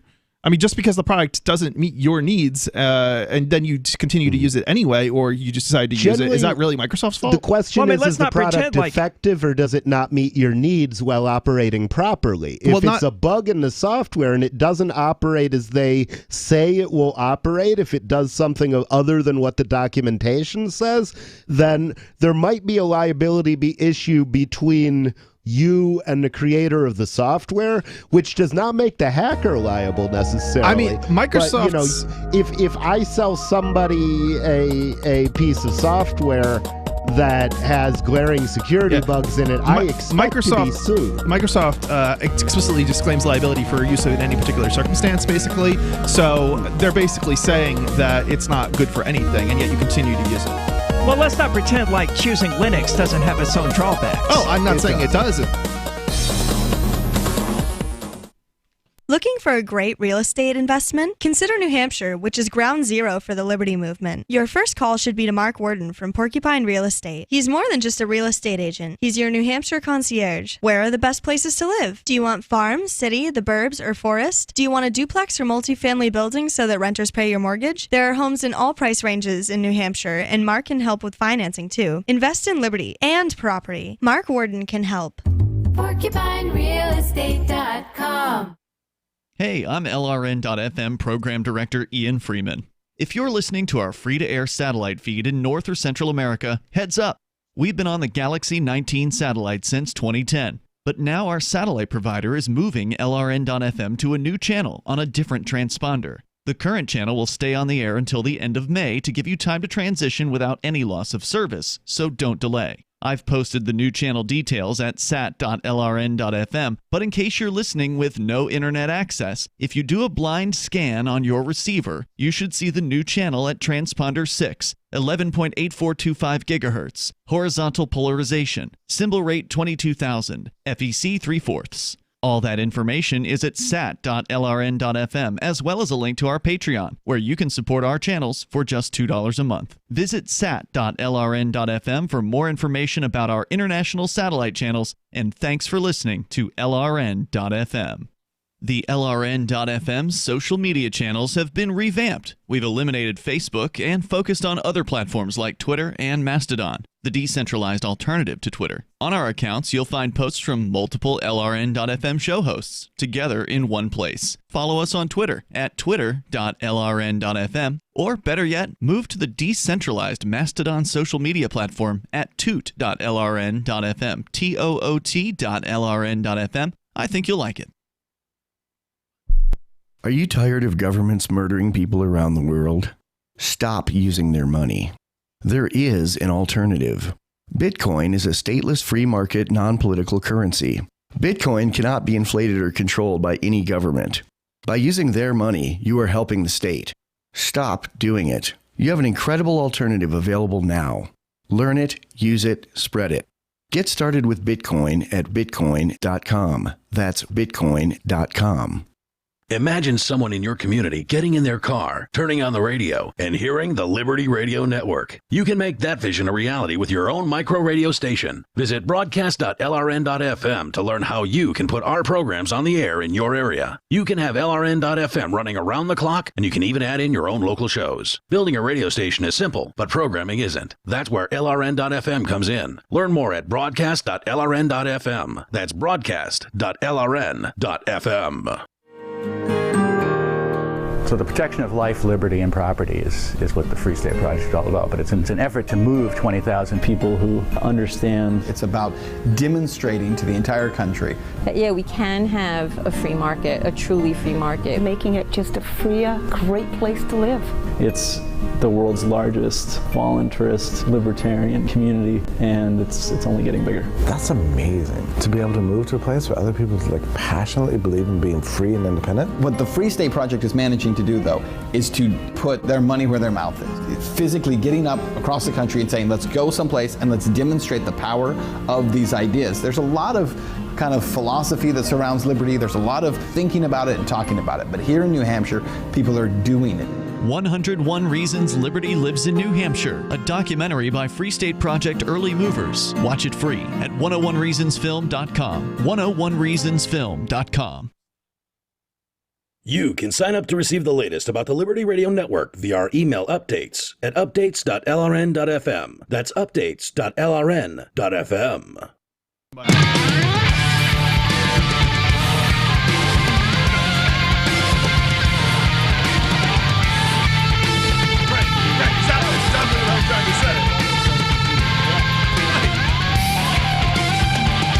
Welcome back. This is the Call to Freedom.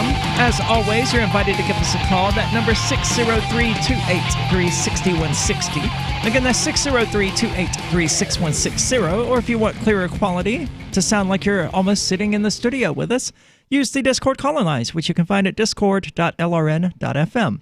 Now, we've been largely sticking to the topic of the NSA and ransomware and the various problems in general with just IT stuff without really focusing too much on the particular issue in Baltimore, which was hit with a ransomware attack, evidently tracing back ultimately to the NSA. Yeah, that's correct. And relying on a vulnerability that Microsoft patched more than 2 years ago.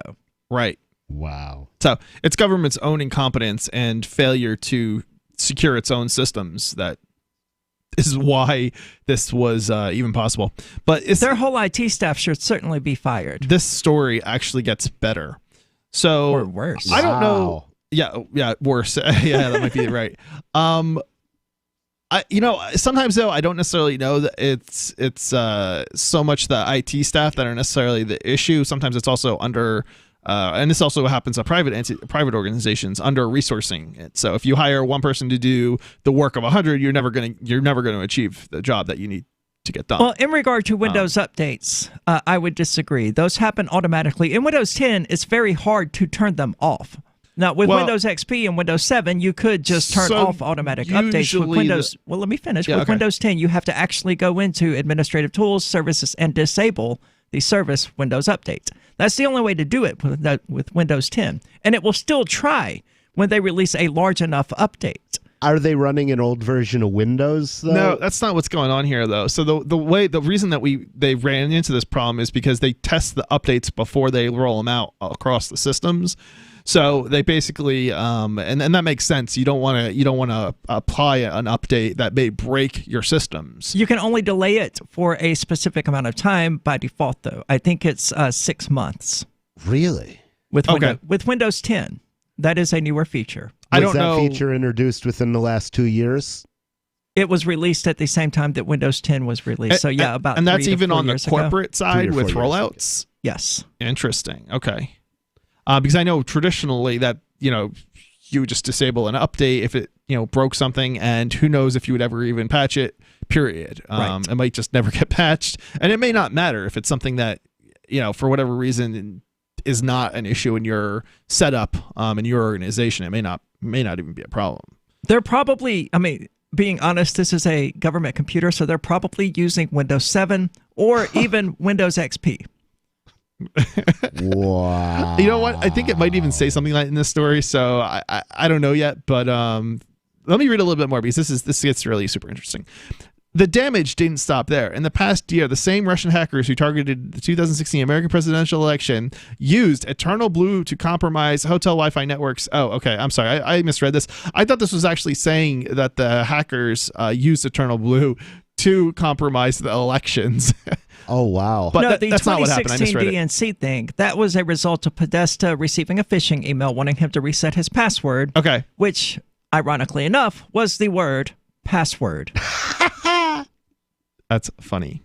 That was the DNC's level of security. All lowercase as well. The word passwords. Wow. This is what I'm talking about. This is the problem with IT staff. One of the most common passwords is password, which is just kind of blows my mind. 1 month. It doesn't mind. No, not anymore. Okay, well, I mean, I guess it still blows my mind, even though it's something I'm used to and I expect. Just because, yeah, I mean, it's like, wow, I know people do this, but to actually see it and encounter it. That sort of thing. Wouldn't it be nice if instead of having passwords, anytime anybody tried to log into anything as me, a little message popped up on my phone and said, "Hey, somebody's trying to log into this system as you. Should we let them or not?" Yeah, you know, I have a funny story. So there's this one person I was doing work for this one time many years ago, and you know how like these random people from India would call you up and they're like, they claim to be Microsoft and they're like, you have to install this thing on your computer or whatever. I actually had somebody fall for that, a customer who fell for that. Oh, wow. My grandmother fell for that once. And I could not understand how, it's the first time I'd ever encountered anybody who had told me that they had fallen for this at least. And I could not understand how they fell for it. I know. I don't get it either. I mean, there are people who still fall for the I'm an Egyptian prince, Nigerian prince. If you send me some Bitcoin, I will come and make you the happiest woman in the world. There are still people falling for that. You know what I've always wondered is why don't they change up the country once in a while? Yeah, why right? do they always use Nigeria? You know what I think? I think poor Nigerians. Every time I meet somebody from Nigeria, my first thought is don't send them any Bitcoin. So I think the reason for this is actually down to they're actually looking for people who are stupid enough to actually do what they tell them. And if you... I don't know if it's stupidity in a lot of these cases. It might just be desperation. Okay. Well, let's put it this way. A lot of the cases, at least in the past, the reason that, you know, they intentionally put in misspellings and things like that is because they don't want people who are smart enough to pick up on this con. They because only we'll waste their time. Right, exactly. On purpose. They want us to be able to know that it's a scam and to hit the delete button so that we don't waste their time. They only want people who are gullible enough. I actually have fell for through. something like that one time. Really? Where, I answered a Craigslist ad where they were looking for a guy to do a painting job for $300, and so I agreed to do the job. I went that far, and they said they'd send me a cashier's check in advance, Oh, boy. and I said fine. Well, the check they sent me was for $3,000. And they wanted you to cash it and send them back the difference. Exactly. Now, if I had done that, which I did not, it would have turned out to be a fake cashier's check. But instead, I sent them an email they sent me an email saying they'd made a mistake. And so I just sent them back an email saying, well, send me a fresh check. I've torn this one up. And that was the end. I never heard from them again. Yeah, I mean, I think you could say that you did fall for some part of that scam, but at the same time, well, I got halfway in, but it's not unreasonable to believe a guy might want to hire a painter on the internet. It's just unreasonable to deposit a check that's for the wrong amount and return change when you're not certain of the check. Right. Yeah, and I think especially when it comes to Craigslist, you any kind of non-in-person exchange, or anything that's not cash, basically, is generally a really bad idea, unless maybe it's cryptocurrency or something like that and you're in person. But the point that I'm making is simply that, doing stuff, remotely like that, that's not really what Craigslist is for. And that's exactly how you get scammed. So you probably shouldn't have responded in the first place if they were going to send you a check. Or some sort of cashier's check, because cashier's checks are not secure either. That's the other thing to remember. So if you had done the job, even, that money could have disappeared still. Right. So that's unfortunate. Yeah. But he could have gone out there to paint the house and had them given him a fake $3,000 cashier's check. Yeah. Or $300 I wouldn't have worried about that much because bad checks are a crime, and I know who's benefiting from the painting. It's the guy who owns the house. Good point. This is the Call to Freedom. Don't go anywhere. We'll be back with more of this in just a moment. The easiest thing in the world for a reader to do is to stop reading, according to the late, great Barney Kilgore, who became managing editor of the Wall Street Journal in 1941 and grew the paper's circulation from 33,000 to 1 million by the 60s. And he'd be pleased to know that his paper is one of the few that people now pay to read online. Someone else pre-internet who realized that attention is fragile? Motown Records founder Berry Gordy. In the early 60s, when his label dominated the charts, he'd bring a dozen real people into the Hitsville, USA studios and audition songs. And he'd ask, if you were down to your last dollar, would you spend it on this record or would you buy a sandwich? Today, attention span seems like an oxymoron. For tips on cutting through the clutter, hit survivalspeech.com. I'm Holland Cook. So you've signed the Shire Society Declaration and are planning your move to New Hampshire to be around more liberty-oriented people. Next, sign up for the Shire Society Forum at forum.shiresociety.com. There are a bunch of people there who are already in the Shire, and they want to meet you. If you're already in the Shire physically, you should also come by the forums. Remember, not everyone uses Facebook. New people are signing up for the Shire Society Forum every month, so drop in and say hello at forum.shiresociety.com.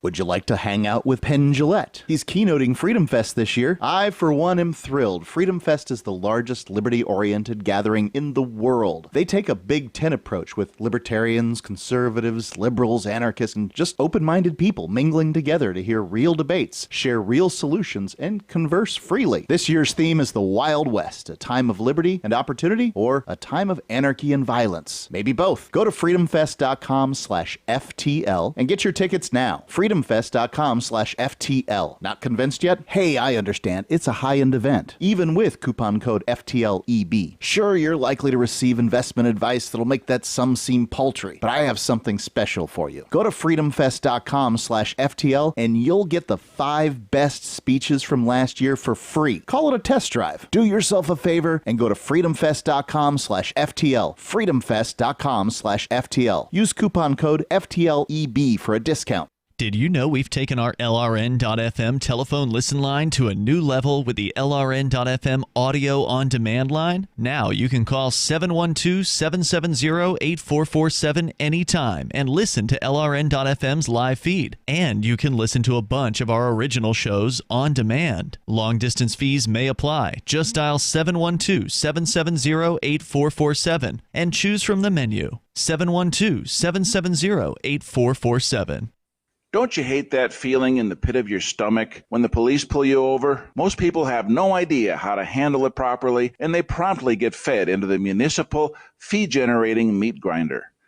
Or maybe you recall that feeling you get when you go to the mailbox and see one or more letters from the IRS. You get a sense of impending doom, don't you? So let me ask you, if you could learn how to use the law to beat the IRS, traffic tickets, almost any courtroom scenario, collectors, credit card debt, and even mortgage debt because of fraud perpetrated against you, would that be worth knowing about? Don't laugh. Investigate.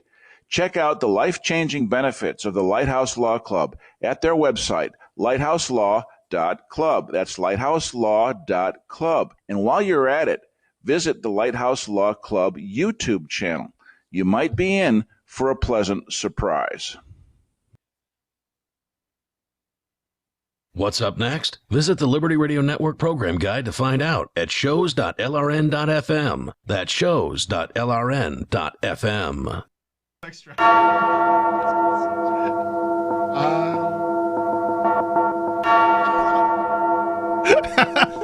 He even admits it.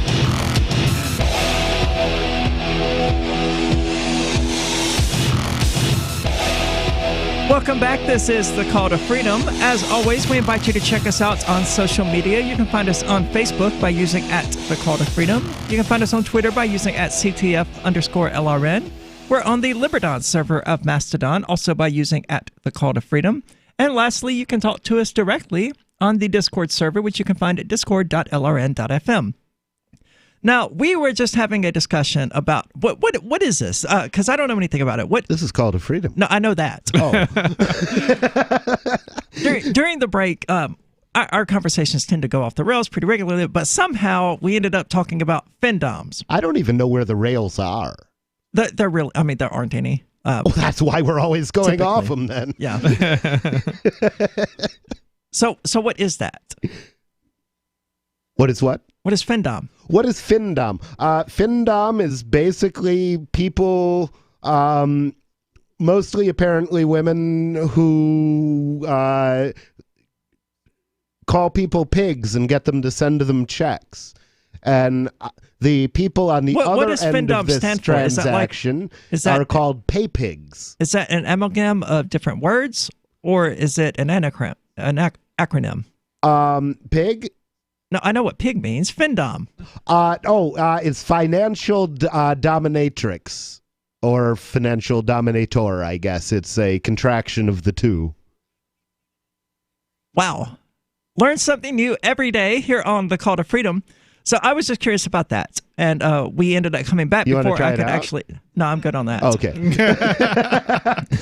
Of course, you can always say no when they send me a check. That's you true. Rip me, beat me, make me write bad checks. But I mean, if somebody was like, send me a check, it would be over in the first place. Send me cryptocurrency. Okay, now we can talk. Oh, wow. Yeah, that's good. Crypto Findom site. That could be done. That's like a niche of a fetish right now. Bitcoin There's turns a me perv on the niche on the fetish of the...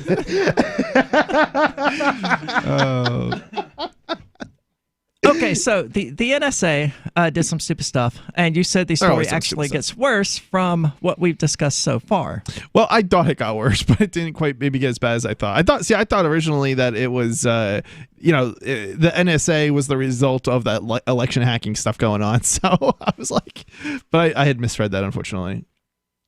But yeah, Microsoft released a patch, but hundreds of thousands of computers worldwide remain unprotected, presumably because they didn't actually apply the patch. Hackers seem to have found a sweet spot in Baltimore, Allentown, Pennsylvania, San Antonio, and other local American governments, where public employees oversee tangled networks that often use out-of-date software.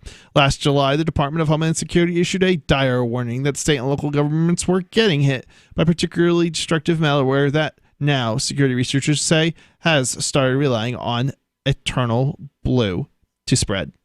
Microsoft, which tracks the use of Eternal Blue, would not name the cities and towns affected, citing customer privacy. But other experts briefed on the attacks in Baltimore, Allentown, and San Antonio confirmed the hackers used Eternal Blue. Security responders said they were seeing Eternal Blue pop up in attacks almost every day. Yeah, it's pretty crazy that these cities are not patching their systems. No, but speaking of culpability, Baltimore city leaders are blaming the NSA for the ransomware attack. You know, it's funny because there's no liability generally for government. So now that it's they couldn't even. I imagine that one government couldn't sue the other government because they have no liability. It doesn't matter. It's all the same. I don't think so, because I think writing the software is legal and First Amendment protected, but running the software is illegal. I think they would argue that distributing it is illegal.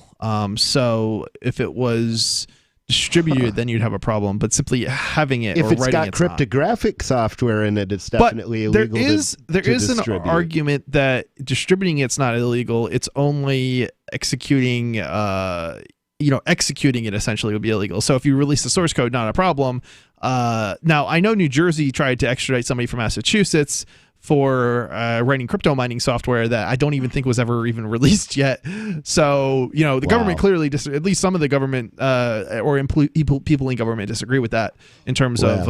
well, of course, people in government don't necessarily know the law. I was once charged with being a felon in possession of a garden implement. And this kind of stuff happens all the time. That's the crazy thing. And they have to know that these aren't real charges. Or that they're not going to get a conviction. But I guess so many people plead guilty anyway that they don't even have to have a real charge. And if it wasn't for the fact that I have every intention of ignoring the public defender's demands that I pay for my defense from that spurious charge, it would have cost me $1,000 or a couple $1,000 to pay the public defender. I instead quit my job and pulled all of my money out of the bank before I filled out the paperwork for the public defender. I didn't lie. I just changed my circumstances before I told the truth about them. Yikes. The Allentown attack in February last year disrupted the city services for weeks and cost about $1 million to remedy. $1 million, man. Wow. And Allentown is not that big of a city. I actually, I took a class in Allentown for when I went to college, and it's a small city. The Allentown attack, I already said that. Plus another $420,000 a year for new defenses. See, this is a thing that's misleading. So listen, if you have to pay $420,000 a year for new defenses, it means your defenses, you didn't really have any defenses in the first place, or nothing, sufficient or adequate to protect you. Said Matthew Liebert, the city's chief information officer. He described the package of dangerous computer code that hit Allentown as commodity malware sold on the dark web that used used by criminals who don't have specific targets in mind. There are warehouses of kids overseas firing off phishing emails, Mr. Liebert said. So he doesn't know how his system actually got infected because he hasn't bothered to Google the bug responsible for it. He's blaming phishing emails, which is an easy way of, denying responsibility. Yeah. I mean, look. But the truth of the matter is, he's responsible for this. He's the chief information officer. He's the one who's supposed to protect them. Right. He's also responsible for teaching them not to open phishing emails. But that wasn't the problem. It shouldn't even be that. They shouldn't be able to open phishing emails like that. I mean, it's the default setting should not be so easy that your user base, just all they have to do is click on something in order to get infected. I mean, that's really bad design. Well, now, I understand if you send somebody an email that says, send me your password, all they have to be able to do to respond is send an email.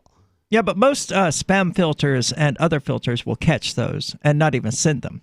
But that's a different type of issue, I think. Okay. So, but yeah, I mean, it's Yeah, the spam filters though are adaptive. So when an attack first starts going out, one of the things they do is they take an MD5 sum of the content and send it off to a listing. And if you start seeing thousands and thousands of these, then you get the idea it might be spam. But a lot of times the first copies of the spam will get through, and then millions and millions of copies will be stopped later. Yeah, you can't hope that once the initial wave of attacks is over, it will go away, said Jen Miller Osborne, a deputy director of threat intelligence at Palo Alto Networks. No, you gotta fix the... Oh, my God. But, I mean, that is the case with ransomware. Again, the government IT people showing they don't know what they're actually dealing with here. Ransomware, it always removes itself. If attacks find a system that isn't patched, it is so useful. Yeah, I mean, it's like, really, I mean...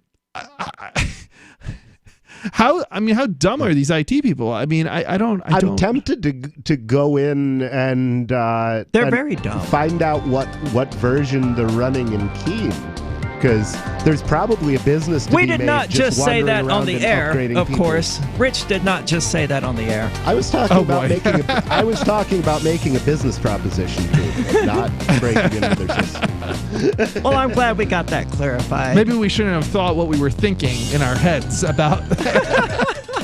This is the Call to Freedom. Don't go anywhere. No, I was talking about there's a job. The new 4th edition of Healing Our World, The Compassion of Libertarianism, will take your understanding of liberty to a deeper level and has over 1,300 updated references, new cartoons, and a foreword by Dr. Ron Paul. With discounts for multiple book purchases, the 4th edition of Healing Our World is a great gift for the liberals, pragmatists, environmentalists, and Christians in your life who think libertarianism is cold-hearted. Get yours today at healing.freetalklive.com and use promo code FTL for a $5 discount. Free Talk Live. There are certain cultures in the world that when they get up every day, the first thing they say is death to America. I don't know why. That's just how they feel about it. Why do you think someone would be so angry, so dedicated, that they might be willing to sacrifice their own life to destroy the people of a country that are half a world away? Why do you think that would be?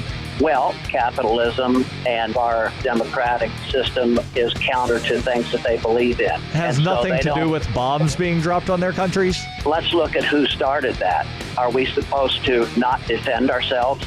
Wow. Do you think the world just organizing globally to attack us? Do you in any think way the world can? started on 9/11? Do you really believe that the United States was the victim in this world conflict? Free Talk Live, 7 nights a week from 7 to 10 Eastern, live on the Liberty Radio Network at LRN.FM. Some of you asked, and now we've delivered. LRN.FM's live Keene, New Hampshire studio shows are now streamed in HD on Twitch. Visit our channel at twitch.lrn.fm and give it a follow. If you have Amazon Prime, you get 1 free subscription on Twitch. If you use it on our channel, Twitch will give LRN.FM a monthly piece of your Prime subscription cost. So please watch, follow, share, and subscribe to twitch.lrn.fm. That's twitch.lrn.fm. Cell 411 is a free app for Android and iOS that replaces government-controlled 911. Cell 411 allows you to preset a group of friends or private organizations to show up at any emergency. Cell 411 is a nightmare for the state because it proves their so-called services aren't needed. Cell 411 has had thousands of installs, and of course it's covered by the BIPCOT no government license. Cell 411 because your friends won't shoot you when you're in trouble. Without the government, who would build the emergency services? You and Cell 411. Get it today at getcell411.com. Did you know you can listen to LRN.FM via our free-to-air satellite channels? We have channels over nearly all of North America and much of Africa. All you need is an affordable receiver and a dish as small as 30 inches. There are no monthly fees. Learn more at sat.lrn.fm. Plus, if you are a broadcaster or want to be one, this is a good delivery method for our content. See our coverage maps and get details at sat.lrn.fm. That's sat.lrn.fm. sat.lrn.fm. Is spreading the message of liberty, cryptocurrency, and peace around the globe worth $2 per month to you? As you may already know, in addition to our internet feed, LRN.FM broadcasts on free-to-air satellite across North and Central America, as well as Sub-Saharan Africa. And we've been available on satellite for free 24/7 since 2010. The LRN.FM free-to-air satellite signal is reaching some of the most oppressive regimes in the world, and there's no doubt our ideas are making an impact. You can learn more about the channel's impact by watching the 3-minute video at fund.lrn.fm. If you'd like to help free minds globally with our ideas of liberty, cryptocurrency, and peace, you can donate as little as $2 per month via fund.lrn.fm. You can help us continue and expand our satellite broadcast to multiple continents. Visit fund.lrn.fm today, and thank you for your help. Don't forget to share the link on social media. That's fund.lrn.fm. Join the LRN.FM Discord for live chat 24/7 at discord.lrn.fm. That's discord.lrn.fm.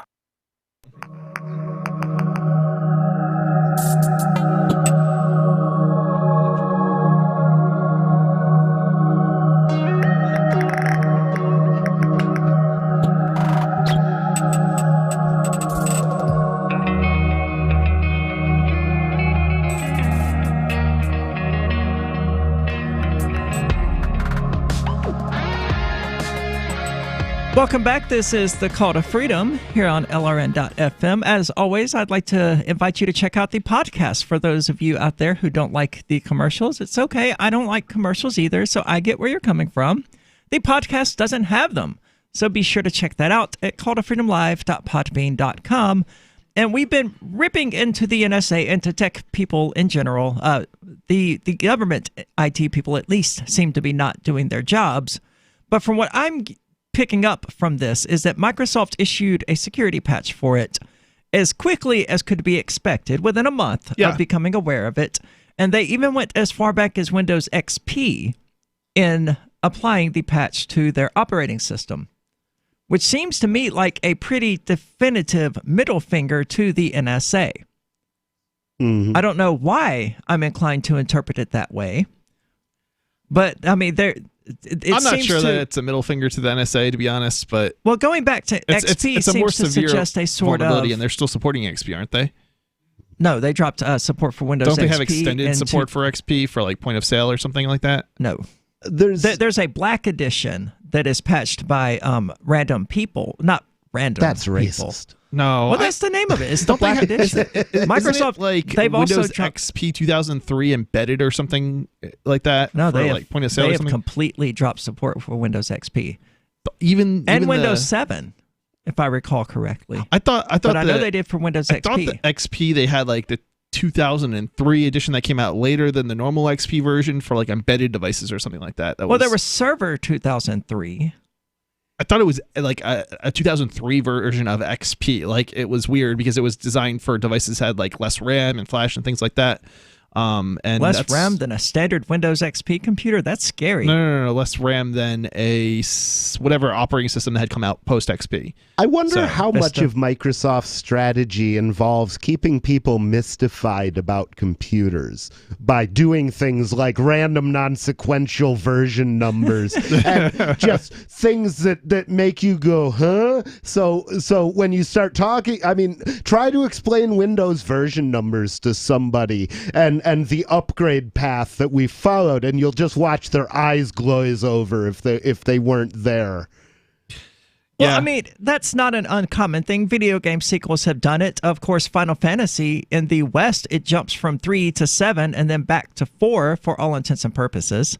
Wow. Actually, well, it ignores 2, 5, and 6, so it jumps from 1 to 2 to 3 and then to 7, and everybody's like, wait, where did all the other games go? They were only released in Japan, so now we have to go back and realize that Final Fantasy 2 was actually Final Fantasy 4, and it's just this whole mess.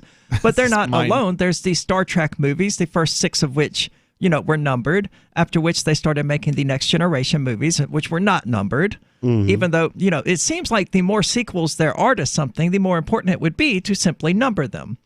But you also have Halloween, which goes from like 1 through 5, and then suddenly H2O, and then naturally Resurrection, because that's the key that you're looking at a bad sequel, is that it will have resurrection in the title. For video games, it's the word vengeance. If it's got vengeance in the title, avoid it. For movies, if it's got resurrection in the title, avoid it. So, this is an interesting perspective, how arrogant the NSA seems to be. In an interview in March, I don't know what ADM stands for. Is that Admiral? Maybe?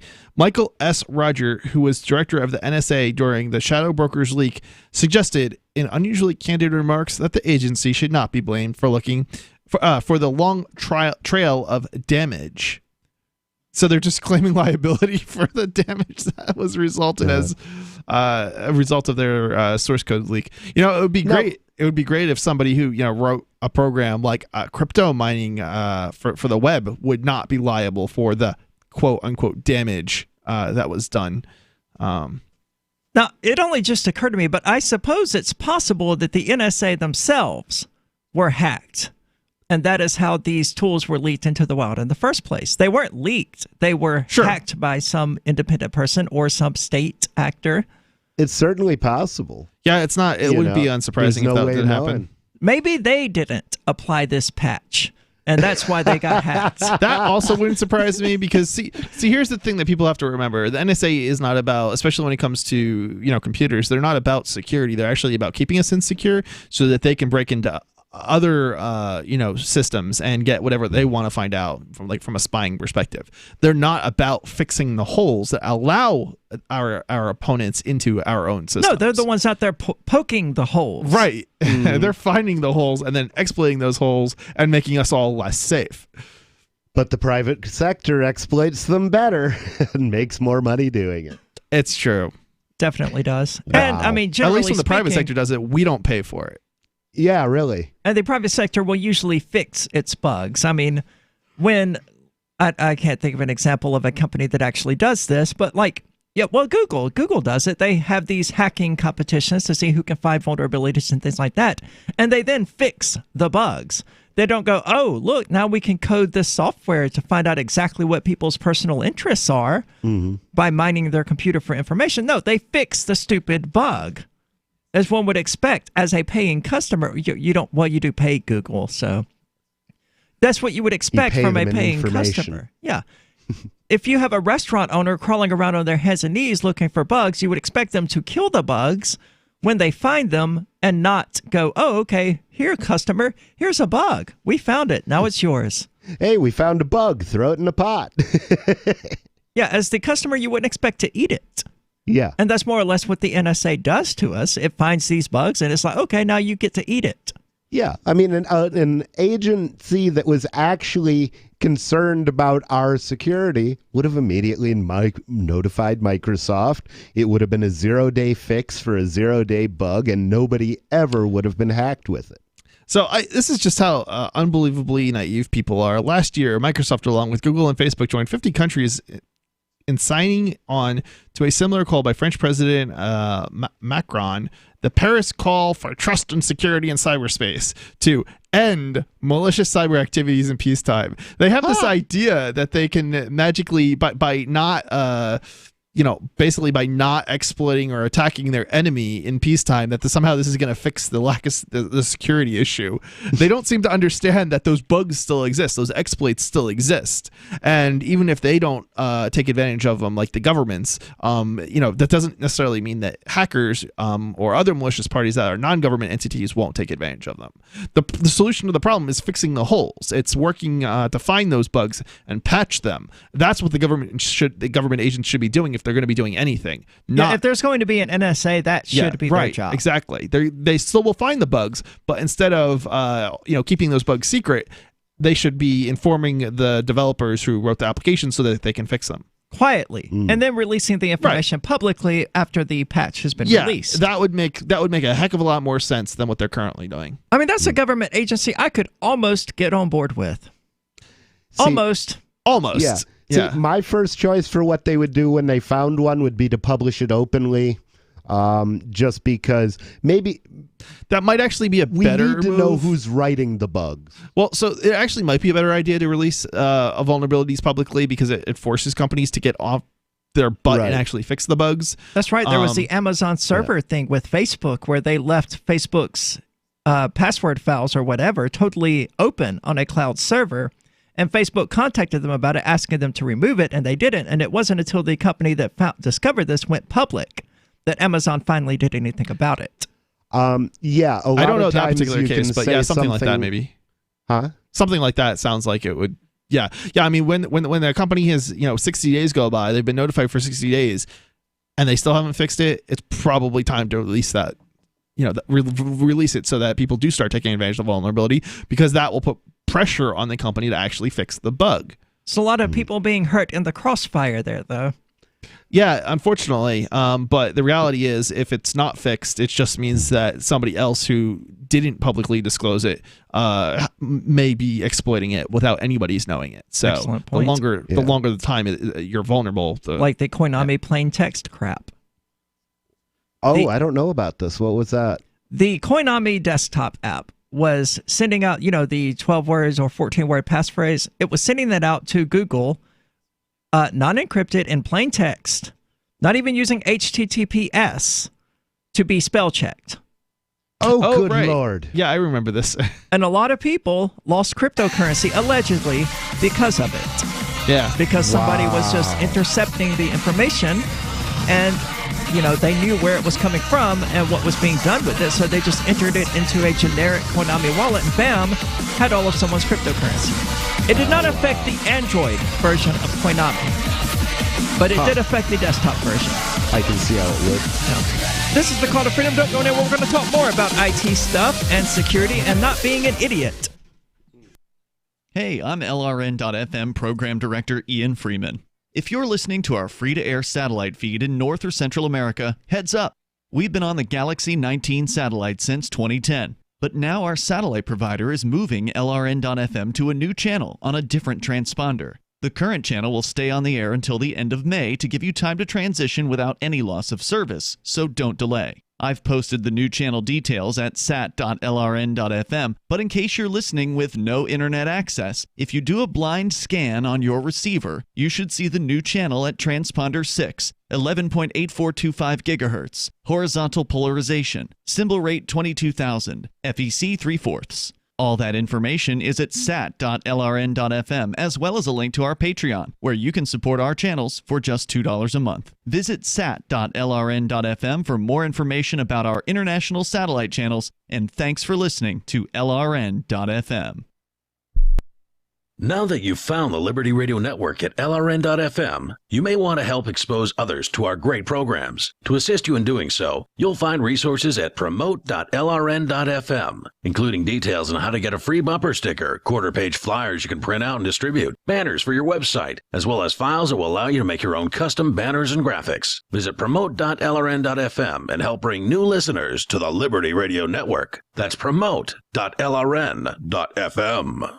Are you a cryptocurrency advocate? The Crypto Tip is the ideal outreach tool to help new people discover cryptocurrency. It's a printable business card-sized tip that you can give to service providers, preferably in addition to a good cash tip. When the server scans the QR code, it'll bring up an explanation of cryptocurrency, how to install a wallet, and allow them to claim the tip. If they don't claim the crypto, you get your tip refunded to you after a time period you specify. Plus, if they do claim the tip, you get an email alert. Create as many tips as you want at cryptotip.org. That's cryptotip.org.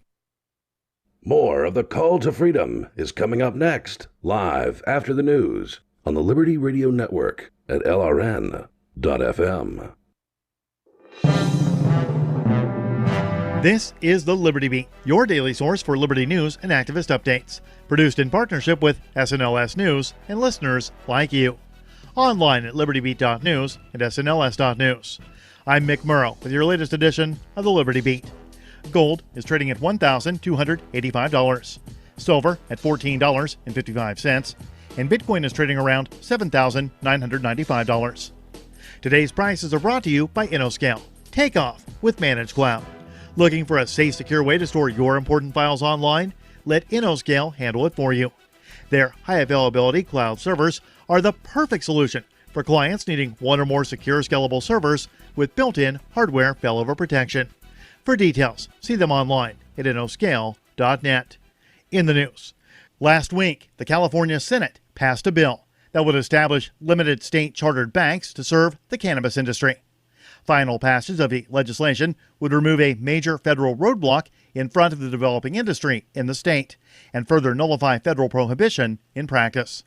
The Free Thought Project reports that Senator Bob Herzog, a Democrat from California, along with a bipartisan coalition of 8 co-sponsors, filed Senate Bill 51 on December 4th. The legislation would create a self-contained banking system for the cannabis industry in California.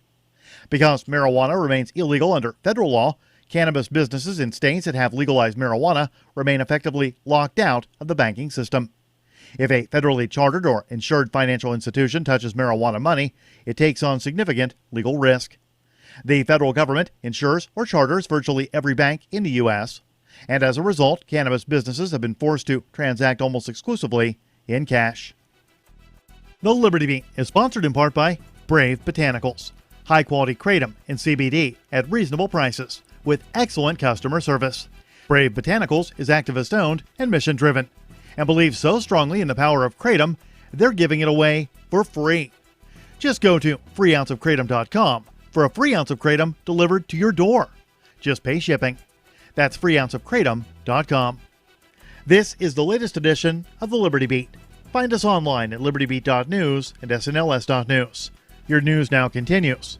A coalition of approximately 600 people, including anti-fascists, communists, and other activists, many of them armed, showed up to confront a small group of Ku Klux Klan members who assembled in Dayton, Ohio. In total, only 9 Klansmen attended. The group had banners, one reading Honorable Sacred Knights of the Ku Klux Klan and the other reading Diversity Equals Genocide. One held a sign reading, "It's okay to be white," with the OK hand sign. News2Share.com reports they also waved KKK, American, and Confederate flags. The group assembled Saturday at Courthouse Square and had a barricade, 60 meters of empty space, 2 police lines, and 2 fences between them and the coalition of counter-demonstrators. Dayton City Manager Shelley Dickstein told the Dayton Daily News that the KKK rally cost the city about $650,000 in personnel and materials. Many activists from several groups came armed themselves, open carrying rifles and handguns. 2 officers who dumped 18 rounds into a hostage to save her life have been found in violation of the department's policy, but have not been fired. That's according to a report from the Free Thought Project, which says that Los Angeles police previously released graphic body camera footage showing officers opening fire on a man armed with a knife who'd taken a 49-year-old woman hostage. In the shooting, police killed both the man with the knife and the innocent hostage. Now, the department is claiming that the officers who opened fire on the innocent woman are being disciplined. However, they will face no criminal charges and will likely not even be fired. Last week, a civilian oversight panel ruled that 2 of the 3 cops who responded to the scene that day violated department policy on the use of deadly force. It will now be up to LAPD Chief Michael Moore to decide exactly what discipline measures he will take with the officers. Support for the Liberty Beat comes from the Conscious Resistance Network, featuring videos, news reports, and articles from a spiritual anarchist perspective. Experience the Conscious Resistance at theconsciousresistance.com. How would you like to have your business featured on the Liberty Beat? You can. Just send an email to libertybeat@snls.news for details. This is the Liberty Beat, produced in partnership with SNLS News and listeners like you. The Liberty Beat is online at libertybeat.news and snls.news. I'm Mick Murrow, reporting for the Liberty Beat, reminding you, spread liberty with a smile.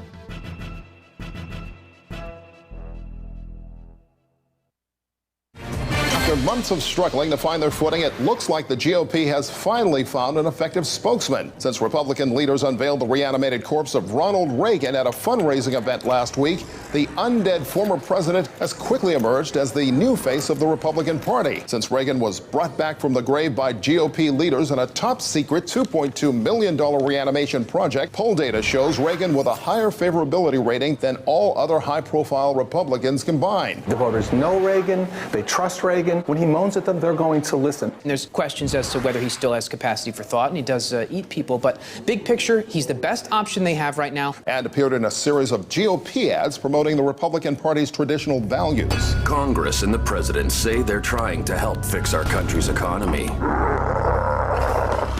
Ronald Reagan and the Republican Party have the right idea for America's future. This is the Onion News Network.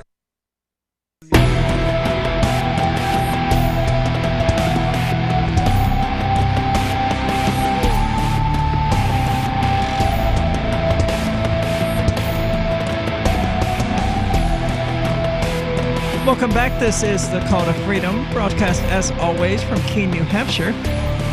As always, I'm your host, Arya DeMezzo. I've got Arya Uncensored here on my notes. That's no longer a thing. Oh no, what happened? I canceled They censored her. Wait, what? Well, I was censored technically. The Twitch channel for LRN got suspended for 3 days. Yep. Technically, censorship. So I lost the whole appeal, the whole hook that I had to start the show in the first place. Boobs. Yeah. And then it just sort of devolved, and I no longer wanted to do it.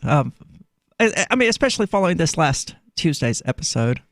Yeah, you weren't here for any of that. It was. Yeah, I have the same issue sometimes. If there's no boobs, I don't want to do it. I feel you. So yeah, I ended up canceling it. Made a statement about it because you weren't here, so you don't even know. Yeah. Do you want to fill me in or off air? So I exploded on Rich and stormed out. She beat me like a redheaded stepchild with no teeth. I'm the redhead here. Okay. And that was unusual, right? Mm-hmm. So I went home and. So wait, you stormed off of your own show? Yes. Yeah. This dude even Ian and I went on for a while on the Free Keene YouTube channel. Arya storms off of own show. or something. You really titled it that, bro? Well, okay. it's on YouTube, titled as that. Right. Wow. But I mean, I'm not ashamed. We should edit the two videos together so that we could have Cantwell storming out and then just you storming out after him. And every time somebody storms out of the studio, we'll just append it to that video. I like that idea. Yeah, we got some for Mark too, don't we? Storming off at one time. Oh, yeah. I'm trying to think who else has stormed off. Oh, didn't that chick who used to be on the show? She stormed out a lot. She did. What?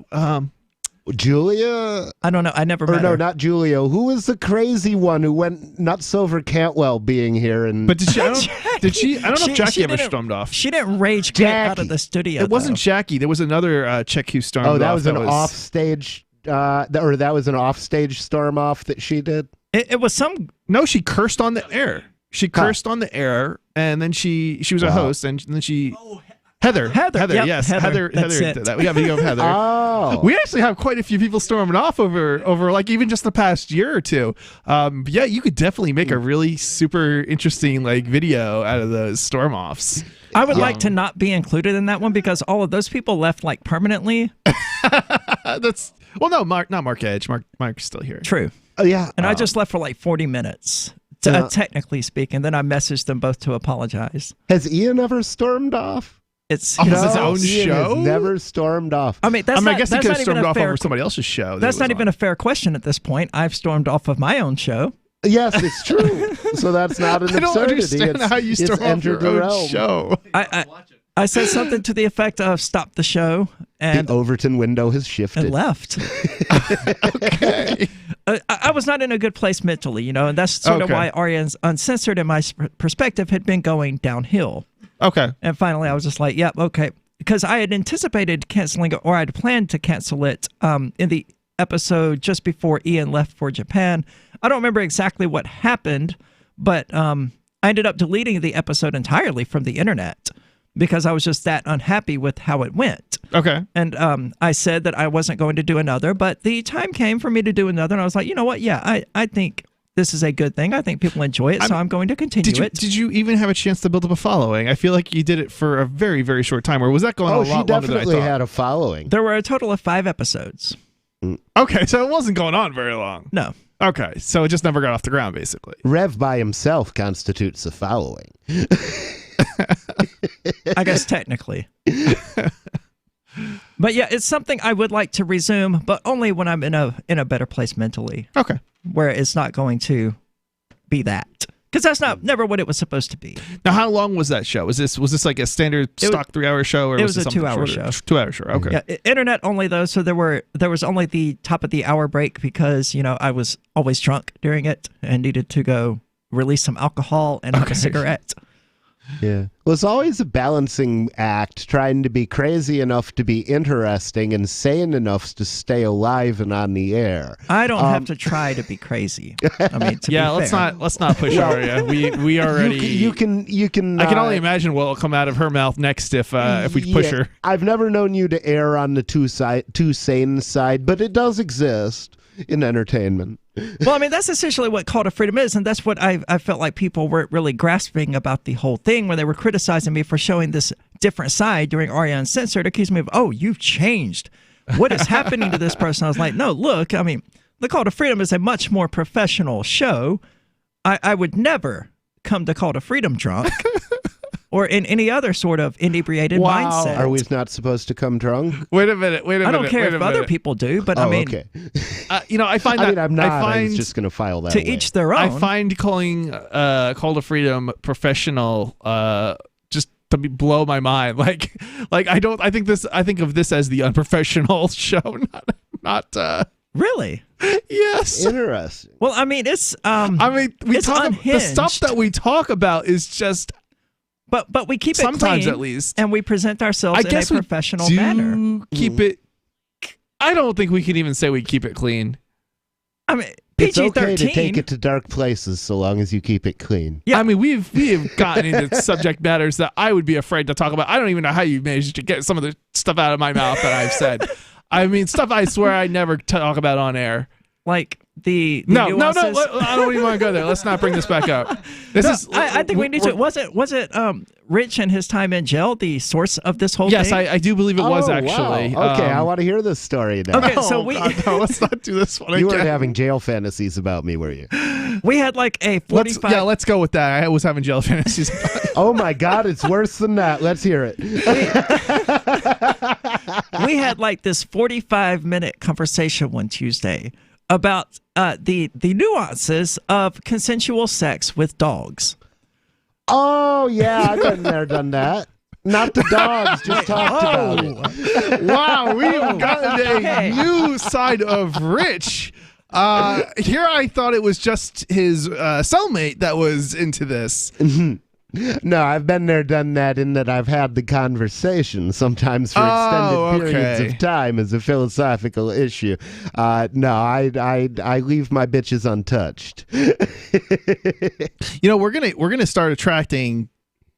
What do you call those people? Zoophiles. Zoophiles, yeah. We're gonna start attracting them like en masse to the show. They're gonna like think that this is what the show is about. Hey, Liberty is totally tolerant of people who have sex with animals. Yo, mama's such an animal, she attracts zoophiles. As long as the animal consents to it. I don't even know if the animal has to consent to it, but generally I would hope that the animal consents before you do it. Well, I would say it's rape if the animal doesn't consent to it. But, you know, in most cases, the animal would be capable of handling that situation, I would imagine. Well, I mean, I've not given it a great deal of thought. I really don't want to go here. There's the issue with animals. I mean, I don't know that they even really have a concept of consent. You know, I mean... Well, whether or not they do is irrelevant. I mean, a 4-year-old child doesn't have a concept of consent either, but it's still rape. Going to be pretty clear. There might be another matter, especially, I mean, maybe not so much with animals, but like, I mean, certainly if we talk about people, there's another question of, do they understand like the consequences of, you know, an action? And that's a whole nother thing.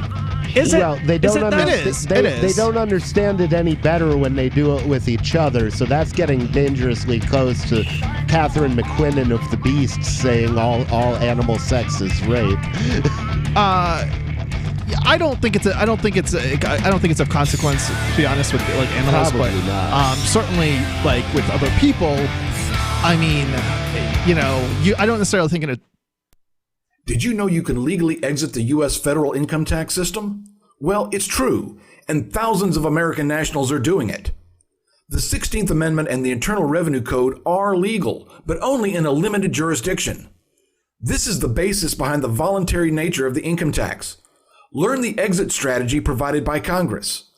Find out more by visiting weissparis.com and watch our numerous videos. That's WEISS Paris.com. I've been told no in many different ways. I give you an order and you're going to obey it. George, you can go this way. You can do that and you have to leave here. You cannot bring signs into the rally. Walk with me. Well, I'm comfortable here, actually. Whoa, Hey, who do you think you are? Excuse me. There is no video and audio allowed in this office. No, I have work today. You ain't gonna make it. Wait a minute. Hey! Oh my God! Unbelievable! Why are you running from me? Because you're scared me. What am I being detained for? You're being served. What is this? You're being served. What is this? Bureaucrats have a funny way of telling people no. That's the sound of the men working on the chain. Derek J's Victimless Crime Spree. Watch it for free and order the Director's Cut DVD at victimlesscrimespree.com. LRN.FM is proud to announce our official listening apps for Android and iOS devices. Now you can easily tune into our streams anywhere, anytime on your smartphone or tablet. Just visit apps.lrn.fm or search for LRN.FM in the Android or Apple app stores. Please download, rate us 5 stars, then share the link on your social media and let your friends and family know how you're listening to LRN.FM. Download it now, free at apps.lrn.fm. Are you tired of your taxes funding endless occupations around the world? Antiwar.com is run by people who understand that wars abroad become wars at home, wars on our freedoms. Antiwar.com is dedicated to bringing you the latest in news, views, interviews, and reviews from the top movers and shakers in the anti-occupation movement. Antiwar.com has it all, from thorough foreign policy analysis to interviews with whistleblowers who used to run the military-industrial complex. Anti-war, pro-free market. That's antiwar.com. There are lots of ways to listen to Free Talk Live. Our podcast has been around since podcasts began, and now the FTL feed is loaded with content besides our full show archives. Did you know that we make it easy for you to customize your podcast subscriptions? We have different feeds, one that includes only our full shows, one with just the Daily Digest, and one with just the Edgington Post. You decide what you listen to. It's quick and easy to customize your feeds at feeds.freetalklive.com. That's feeds.freetalklive.com. On Free Talk Live, we're bringing people to the ideas of liberty every day. From wrestling superstars like Glenn Jacobs. You guys really are having an impact, I believe. Like I said, a lot of where I am now is due to listening to Free Talk Live. You changed my mind on some very important issues years ago. To random people tuning in on the radio. I was kind of stuck in the left-right paradigm. I heard your show by chance on a Saturday night. From there, I went on, joined the Free State Project, and become an amplifier. So, I mean, that's really the reason why I amp is because I know that if it wasn't for you guys being on as many stations as you are, I never would have found the ideas of liberty. Your amp will directly change more lives by getting Free Talk Live in front of people looking for talk radio online and on the air. When you amp Free Talk Live, you get perks like access to the AMP-only Facebook group and AMP podcast. Visit amp.freetalklive.com. You're listening to the best liberty-oriented audio streamed around the clock, on the air, and online. This is the Liberty Radio Network at LRN.FM. Or turn it into one giant blood bristle. Body is going to go into the damn thing.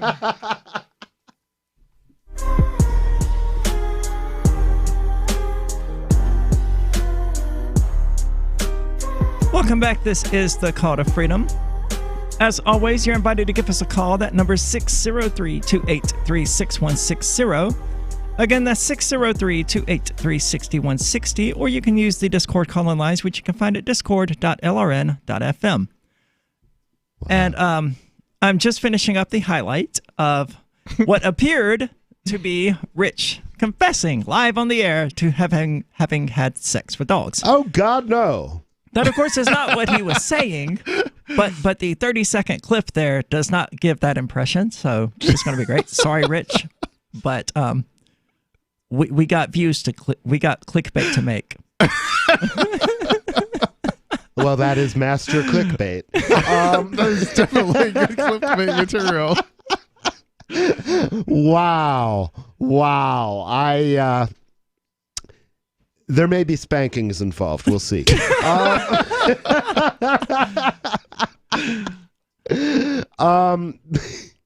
Anyway.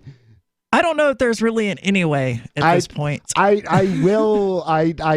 just, for the record, my canine virginity remains intact, as does my virginity with every non-human species.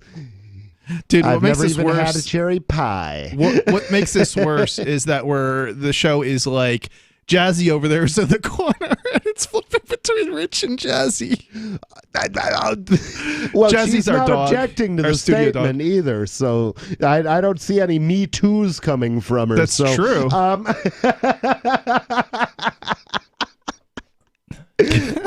don't even have to say anything. I just have to sit back and let you two do this. Perfect. Oh, good Lord. Now, I will say, Rich, Jazzy's too old for you. She's like 13. Is there nothing between too young She's and too old anymore? Too young. Oh my God. That's so hilarious. Gee. People are killing me. We try. So wait, is that why it's illegal? Because the dogs never get to an age of consent? Wow. I do not know why it's illegal. I mean, realistically, it's the same Puritanism that caused sodomy to be illegal, that's causing abortion to become illegal, and causing all of these other things. You know, you got a bunch of prudes, and I don't even like using the word prudes there because I'm not really sure it's prudish to be like, ew, no, I don't think people should have sex with animals. That just seems sort of, or non-humans. Well, I mean, I can understand the ew part, but just because it's ew doesn't necessarily mean it should be illegal, right? Like, there's a lot of things. I agree entirely. There's a lot of things that I'm like, that's gross that I would never do, but that doesn't necessarily mean that, like, I look down on somebody else for doing those things. And a lot of those things are just normal things. Like, I mean, I'm the one in the minority I might be here. a bad man, but sometimes I'll climax, look back at the porn I was watching and go, ew. You know, it's when once the moment is gone, it's like, what is this filth? Fair enough.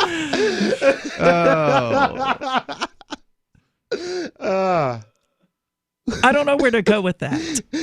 Don't take it. Just leave it where it is. Go someplace else with something else. You've got to make this stop. Oh, no, I don't. No, I certainly don't. Now, I've never watched porn so extreme that afterwards I was like, what have I done? Wow. Just like screaming to the heavens, what have I done?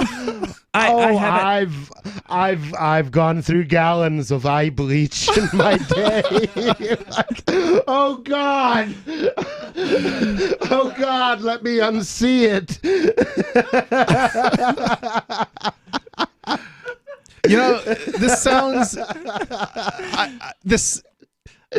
oh wow. Do you guys remember the stuff that was going around in the 90s?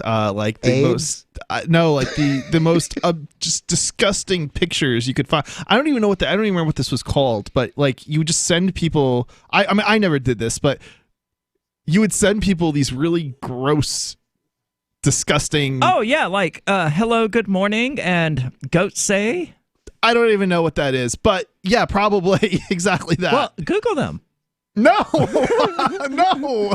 That's like when somebody walks up to you and says, "Smell this." That's never a good idea.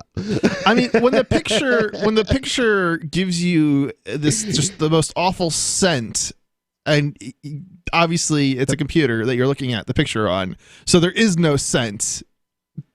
That's senseless. I mean, that sounds like engaging the imagination in one's masturbatory condition.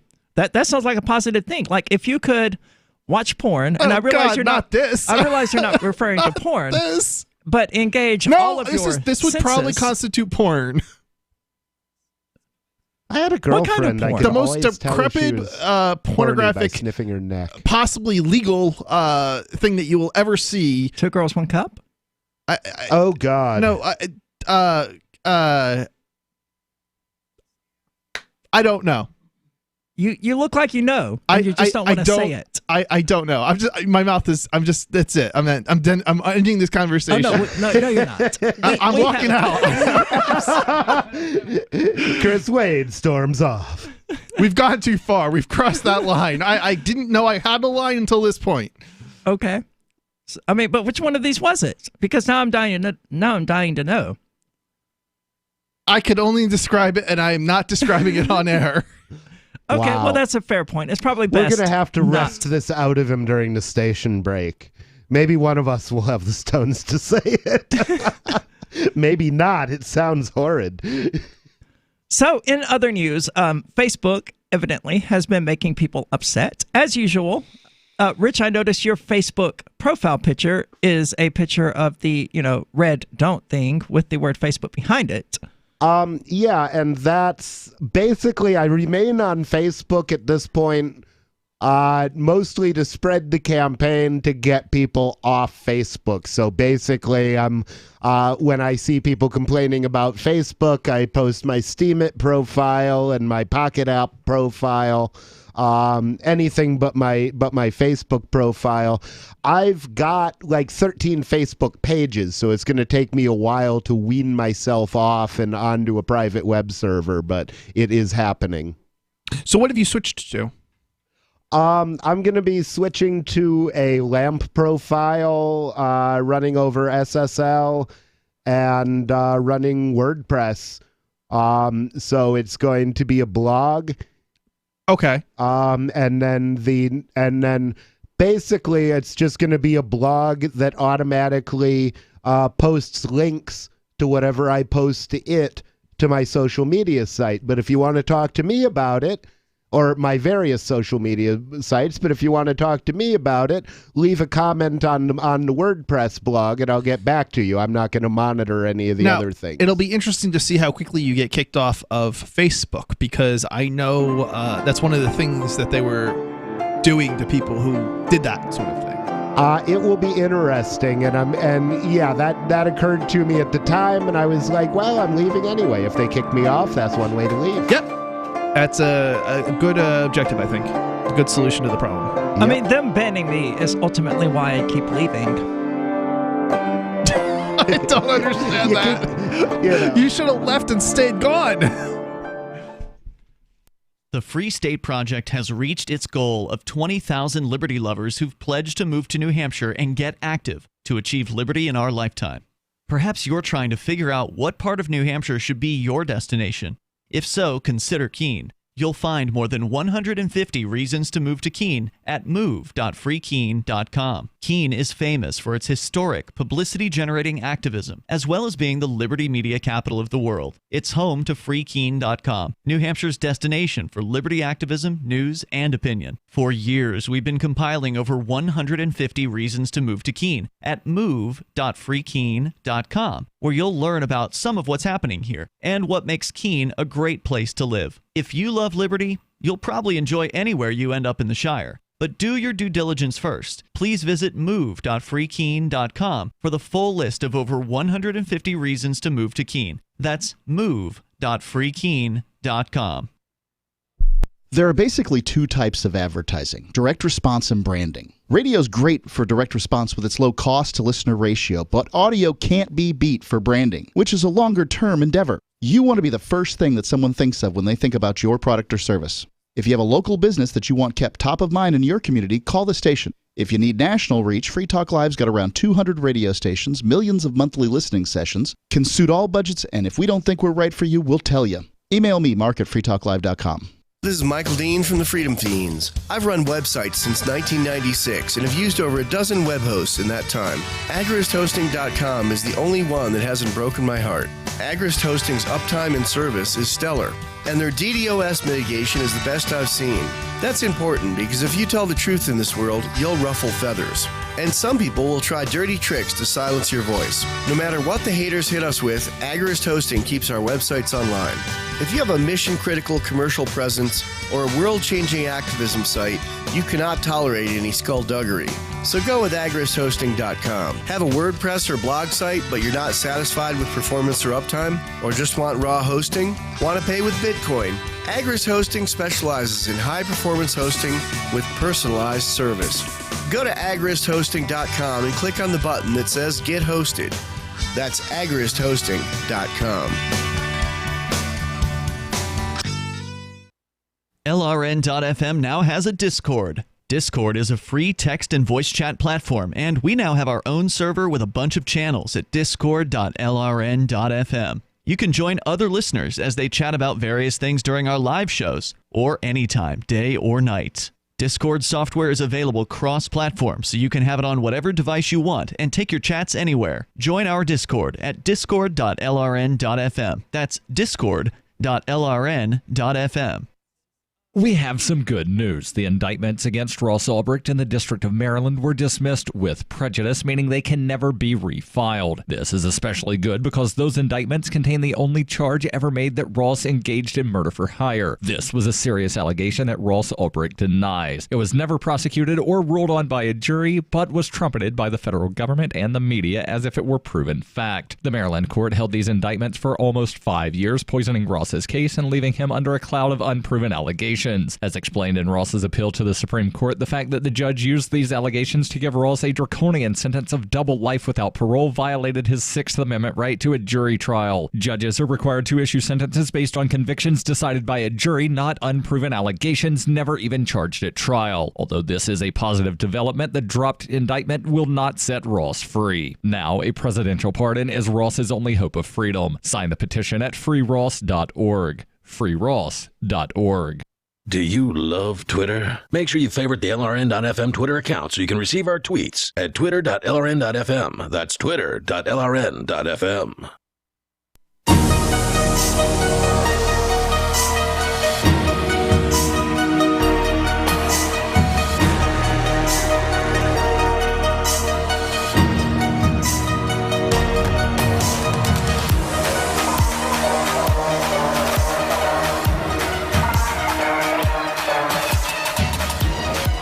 Welcome back. This is the Call to Freedom here on LRN.FM.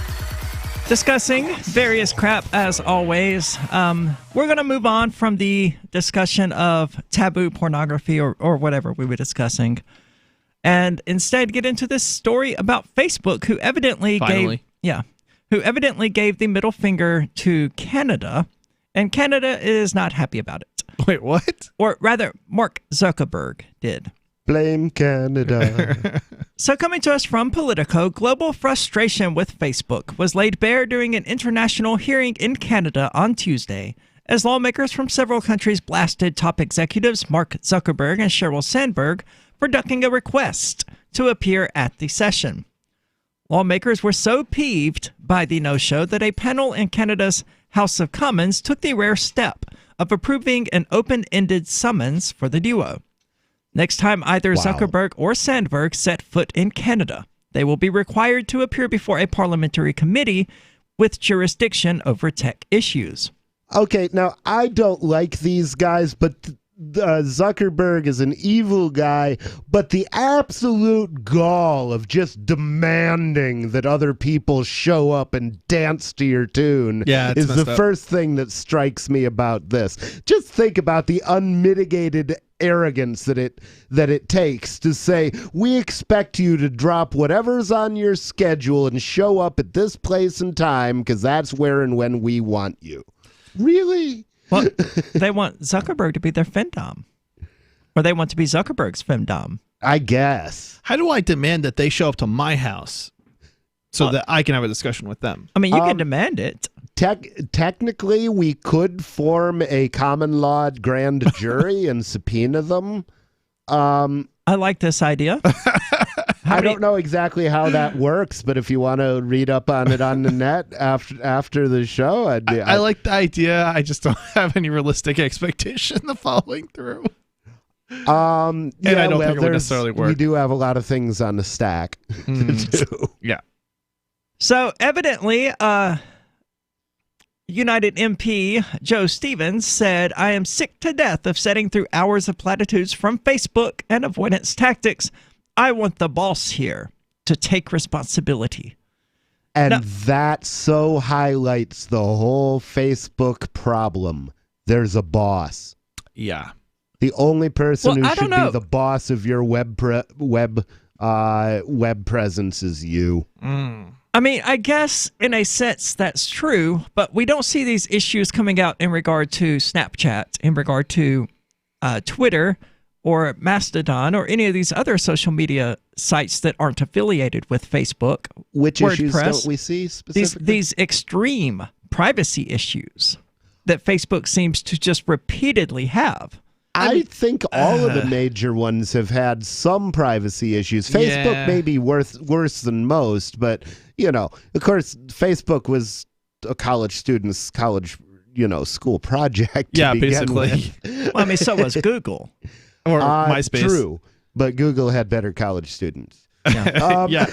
It's like Ivy League versus not really Ivy League, even if they were both at Ivy League schools. Yeah. I mean, and as a programmer, I have to give credit to when you're dealing with the sheer mass of the databases and the data involved at Facebook, it would be extremely hard to run a secure system. And the fact that it's probably it and Google are probably the best known computer systems in the world. That leads to a lot of people trying to hack you. Did you know that Google has an actual moat with alligators around one of their facilities? Wait, really? Nice. Really? Is there a picture of this? There's a video of it. That. Interesting. They have an actual moat around I would their love to see facility this video. and actual alligators in it. So mote it be. Yeah, they are. They have a sense of humor at Google, or they used to. I'm not sure they would actually go through the $1.5 million or whatever it costs to dig out a moat and put alligators into it, just to be able to say they could, like they would have when they built this facility. Probably not. They have changed a lot since the "Don't Be Evil" days. I mean, they've definitely. I would say they've become mostly evil. Yeah, I would say that Google Chrome was their last good contribution, and they immediately became evil, probably because of Google Chrome, and then it became the mess that it is today. And even, I mean, Google Chrome from a security point of view is, I mean, it's better than anything Microsoft has put out, but God.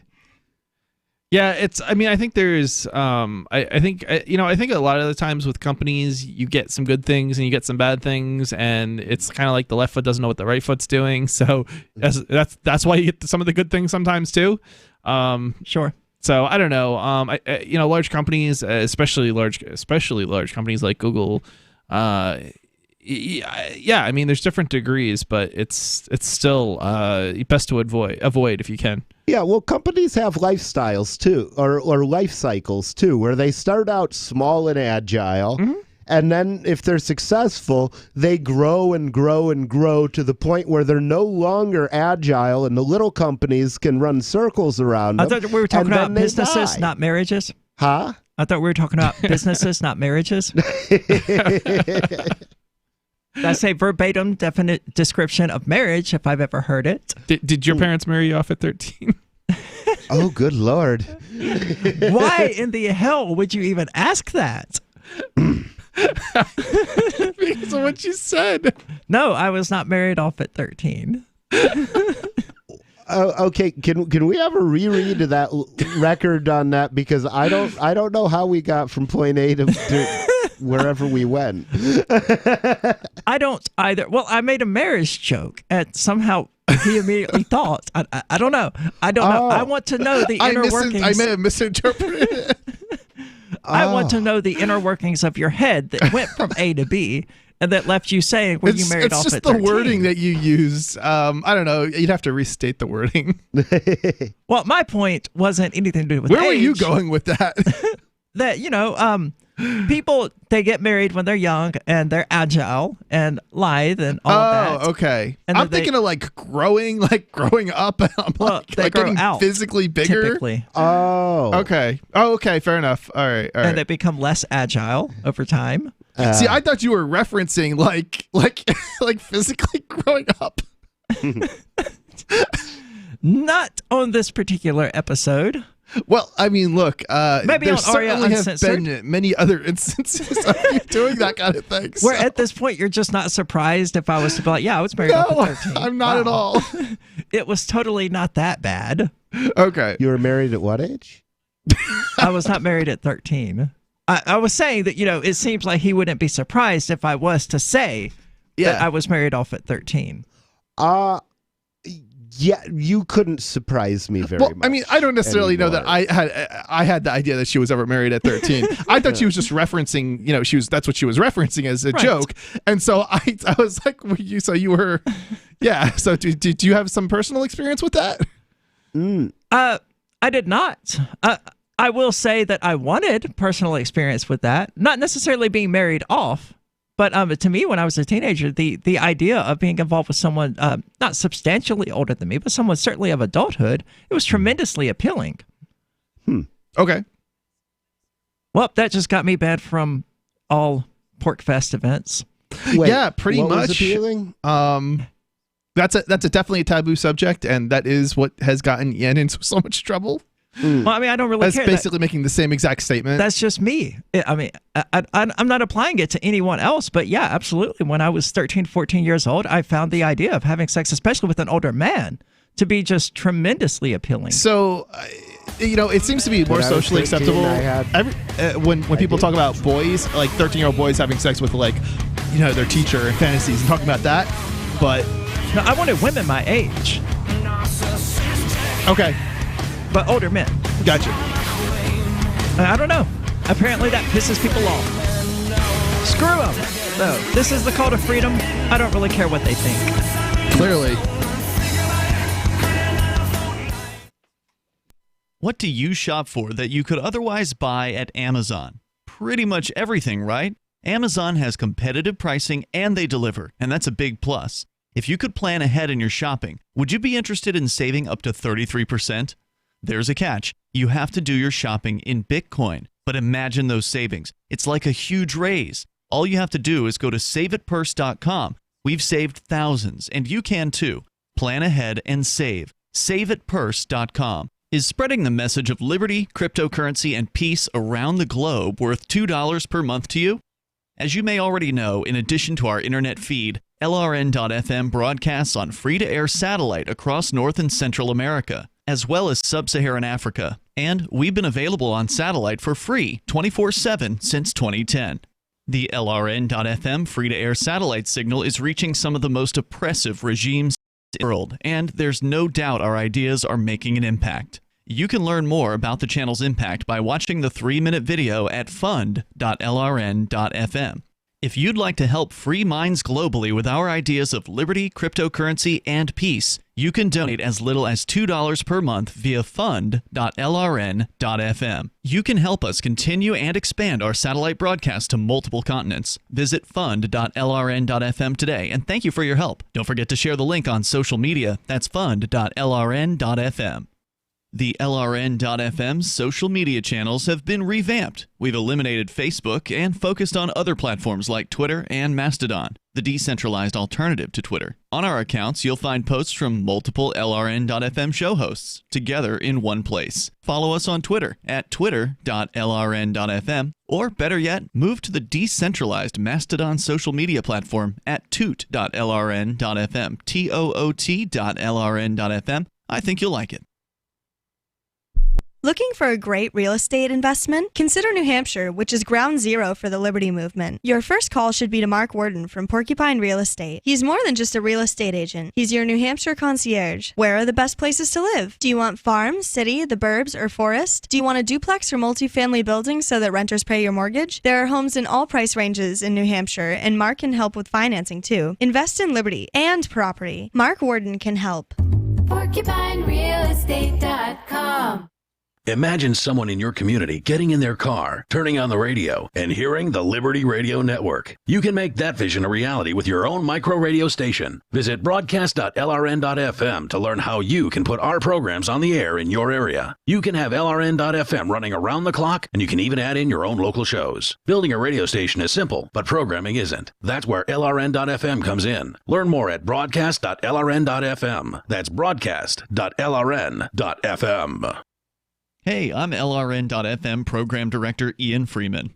If you're listening to our free-to-air satellite feed in North or Central America, heads up!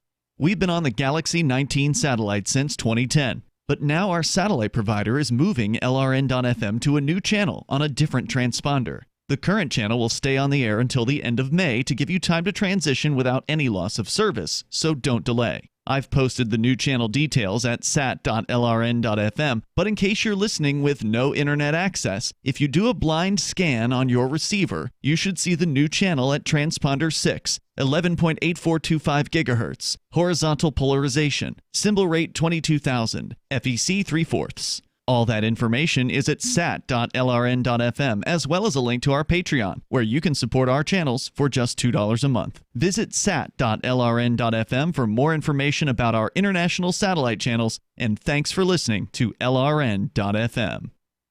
You can put the Liberty Radio Network on the air in your area. Visit broadcast.lrn.fm to learn how. Broadcast.lrn.fm.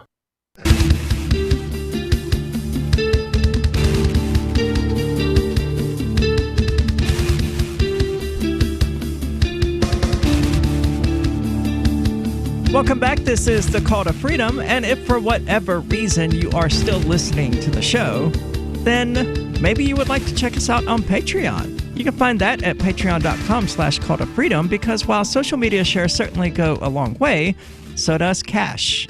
And our sponsors there are currently helping to keep the show up and running directly, including the podcast at calltofreedomlive.podbean.com. So be sure to check that out if you would like to, do more to help the show. Once more, that's Call to Freedom. That's patreon.com/call to freedom. Now, for the final end of the show, I don't know. I feel like we should probably move away from the crap we've been discussing. Yeah, please. So evidently, the Pentagon is unwilling to reveal, quote, proof that Iran is behind recent Middle East attacks. But they want us to totally trust them, saying, have they ever been wrong before? Did they really say that? I'm not sure if that's a direct quote or not. Wow.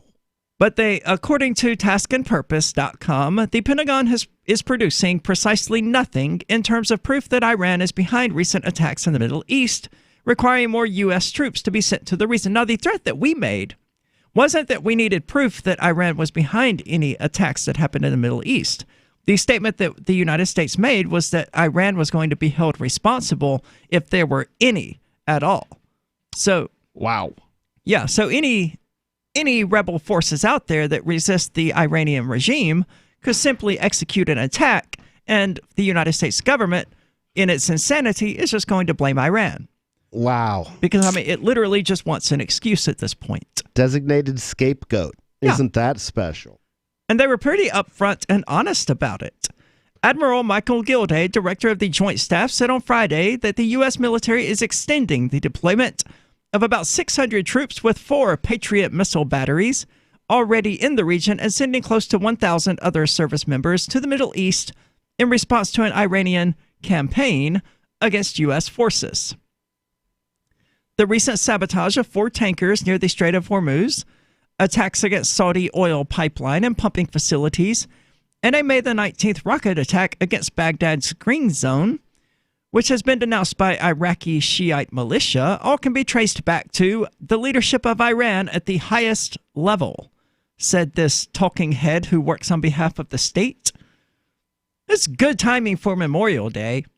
We know we killed a bunch of your kids, but hey, we're going to start a new war and kill more of them. Wow. So they say, even more troubling, we've had multiple credible reports that Iranian proxy groups intend to attack U.S. personnel in the Middle East.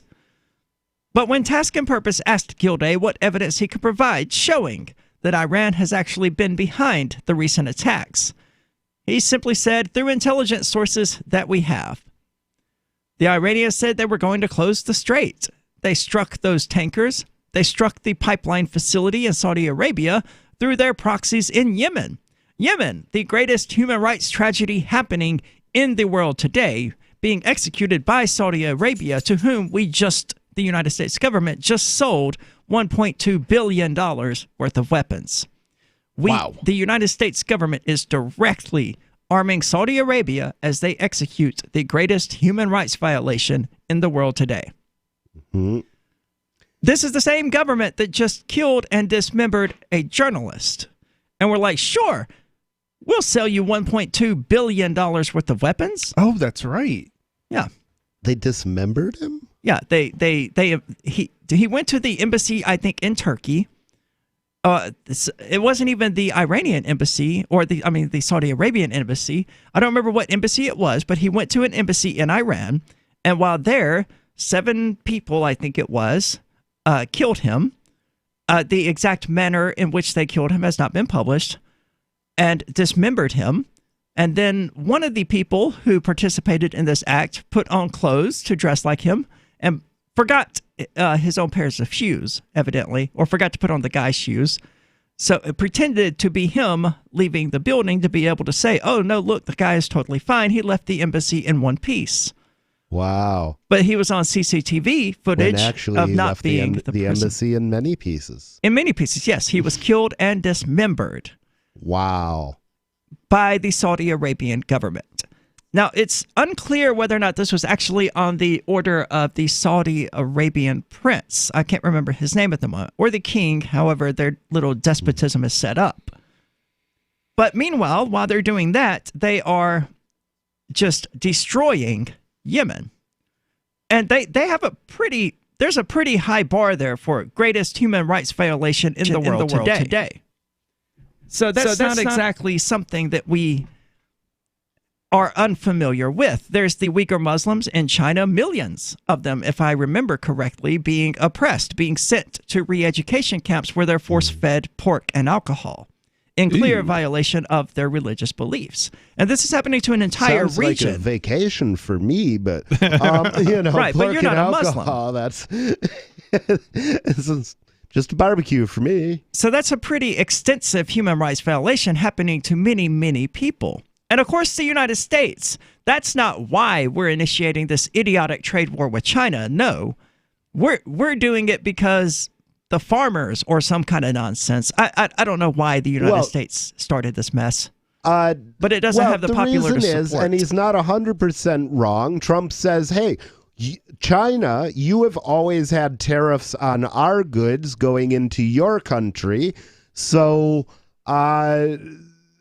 and we have always had no tariffs coming in on that's not true on either. yours, or we have had very low tariffs in comparison. I mean, so to some extent, Trump was involved in the second stage. It's an unfair imbalance in terms of trade restrictions. Was the way to phrase it. Yeah, well, I mean, and it may well be that the trade I mean, you've told me yourself that you can't get an RMA into China past their customs. Yeah, it's true. China's a one-way system. So basically, Chinese companies can ship goods into the United States, but you can't ship them back. So if you try to sell something to China, somebody in China from the United States, if you were to manufacture something in the United States, trying to get it into China is good luck. It's not happening. Yeah. See, to me, how we got here isn't even that important. Ultimately, China and the rest of the world feels like the United States started it. And so do people in the United States. And because of that, China is handily going to win this little wiener measuring contest because their people are behind it. They feel victimized by the United States. They're behind it. They're willing to give everything. Everybody feels victimized by the United States, including U.S. businesses. True. Well, but so do that's farmers. Definitely true. Trump's primary supporters. The farmers are have been subsidized by the United States. They have absolutely no excuse here as far as on any of this. I mean, they should not be subsidized. It's that simple. No, absolutely not. But they sort of have to be now because of the government stupidity in the first place. So they imposed the tariffs. It made farmers unable to sell their products, their crops.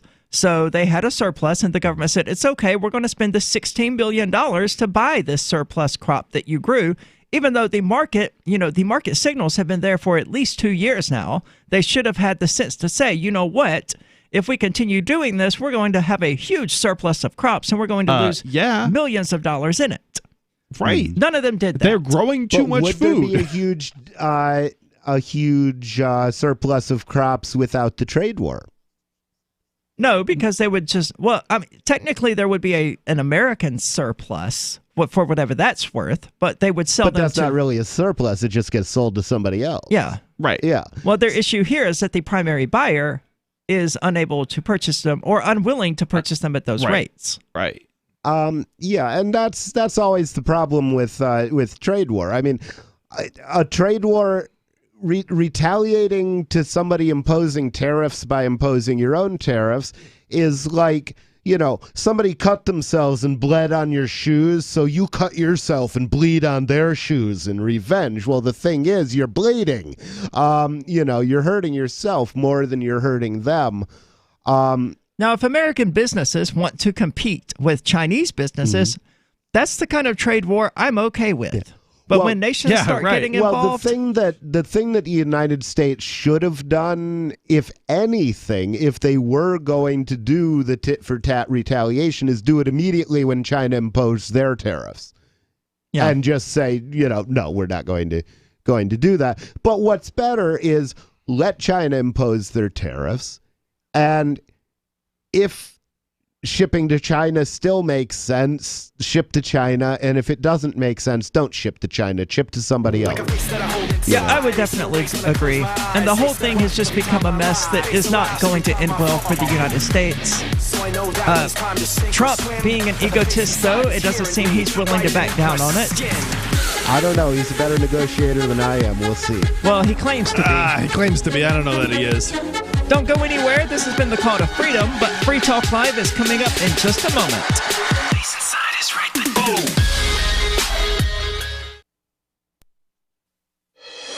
The members of Twisted Sister announced they are now willing to take it. A local man is seated next to Lou Reed on a roller coaster, and in retrospect,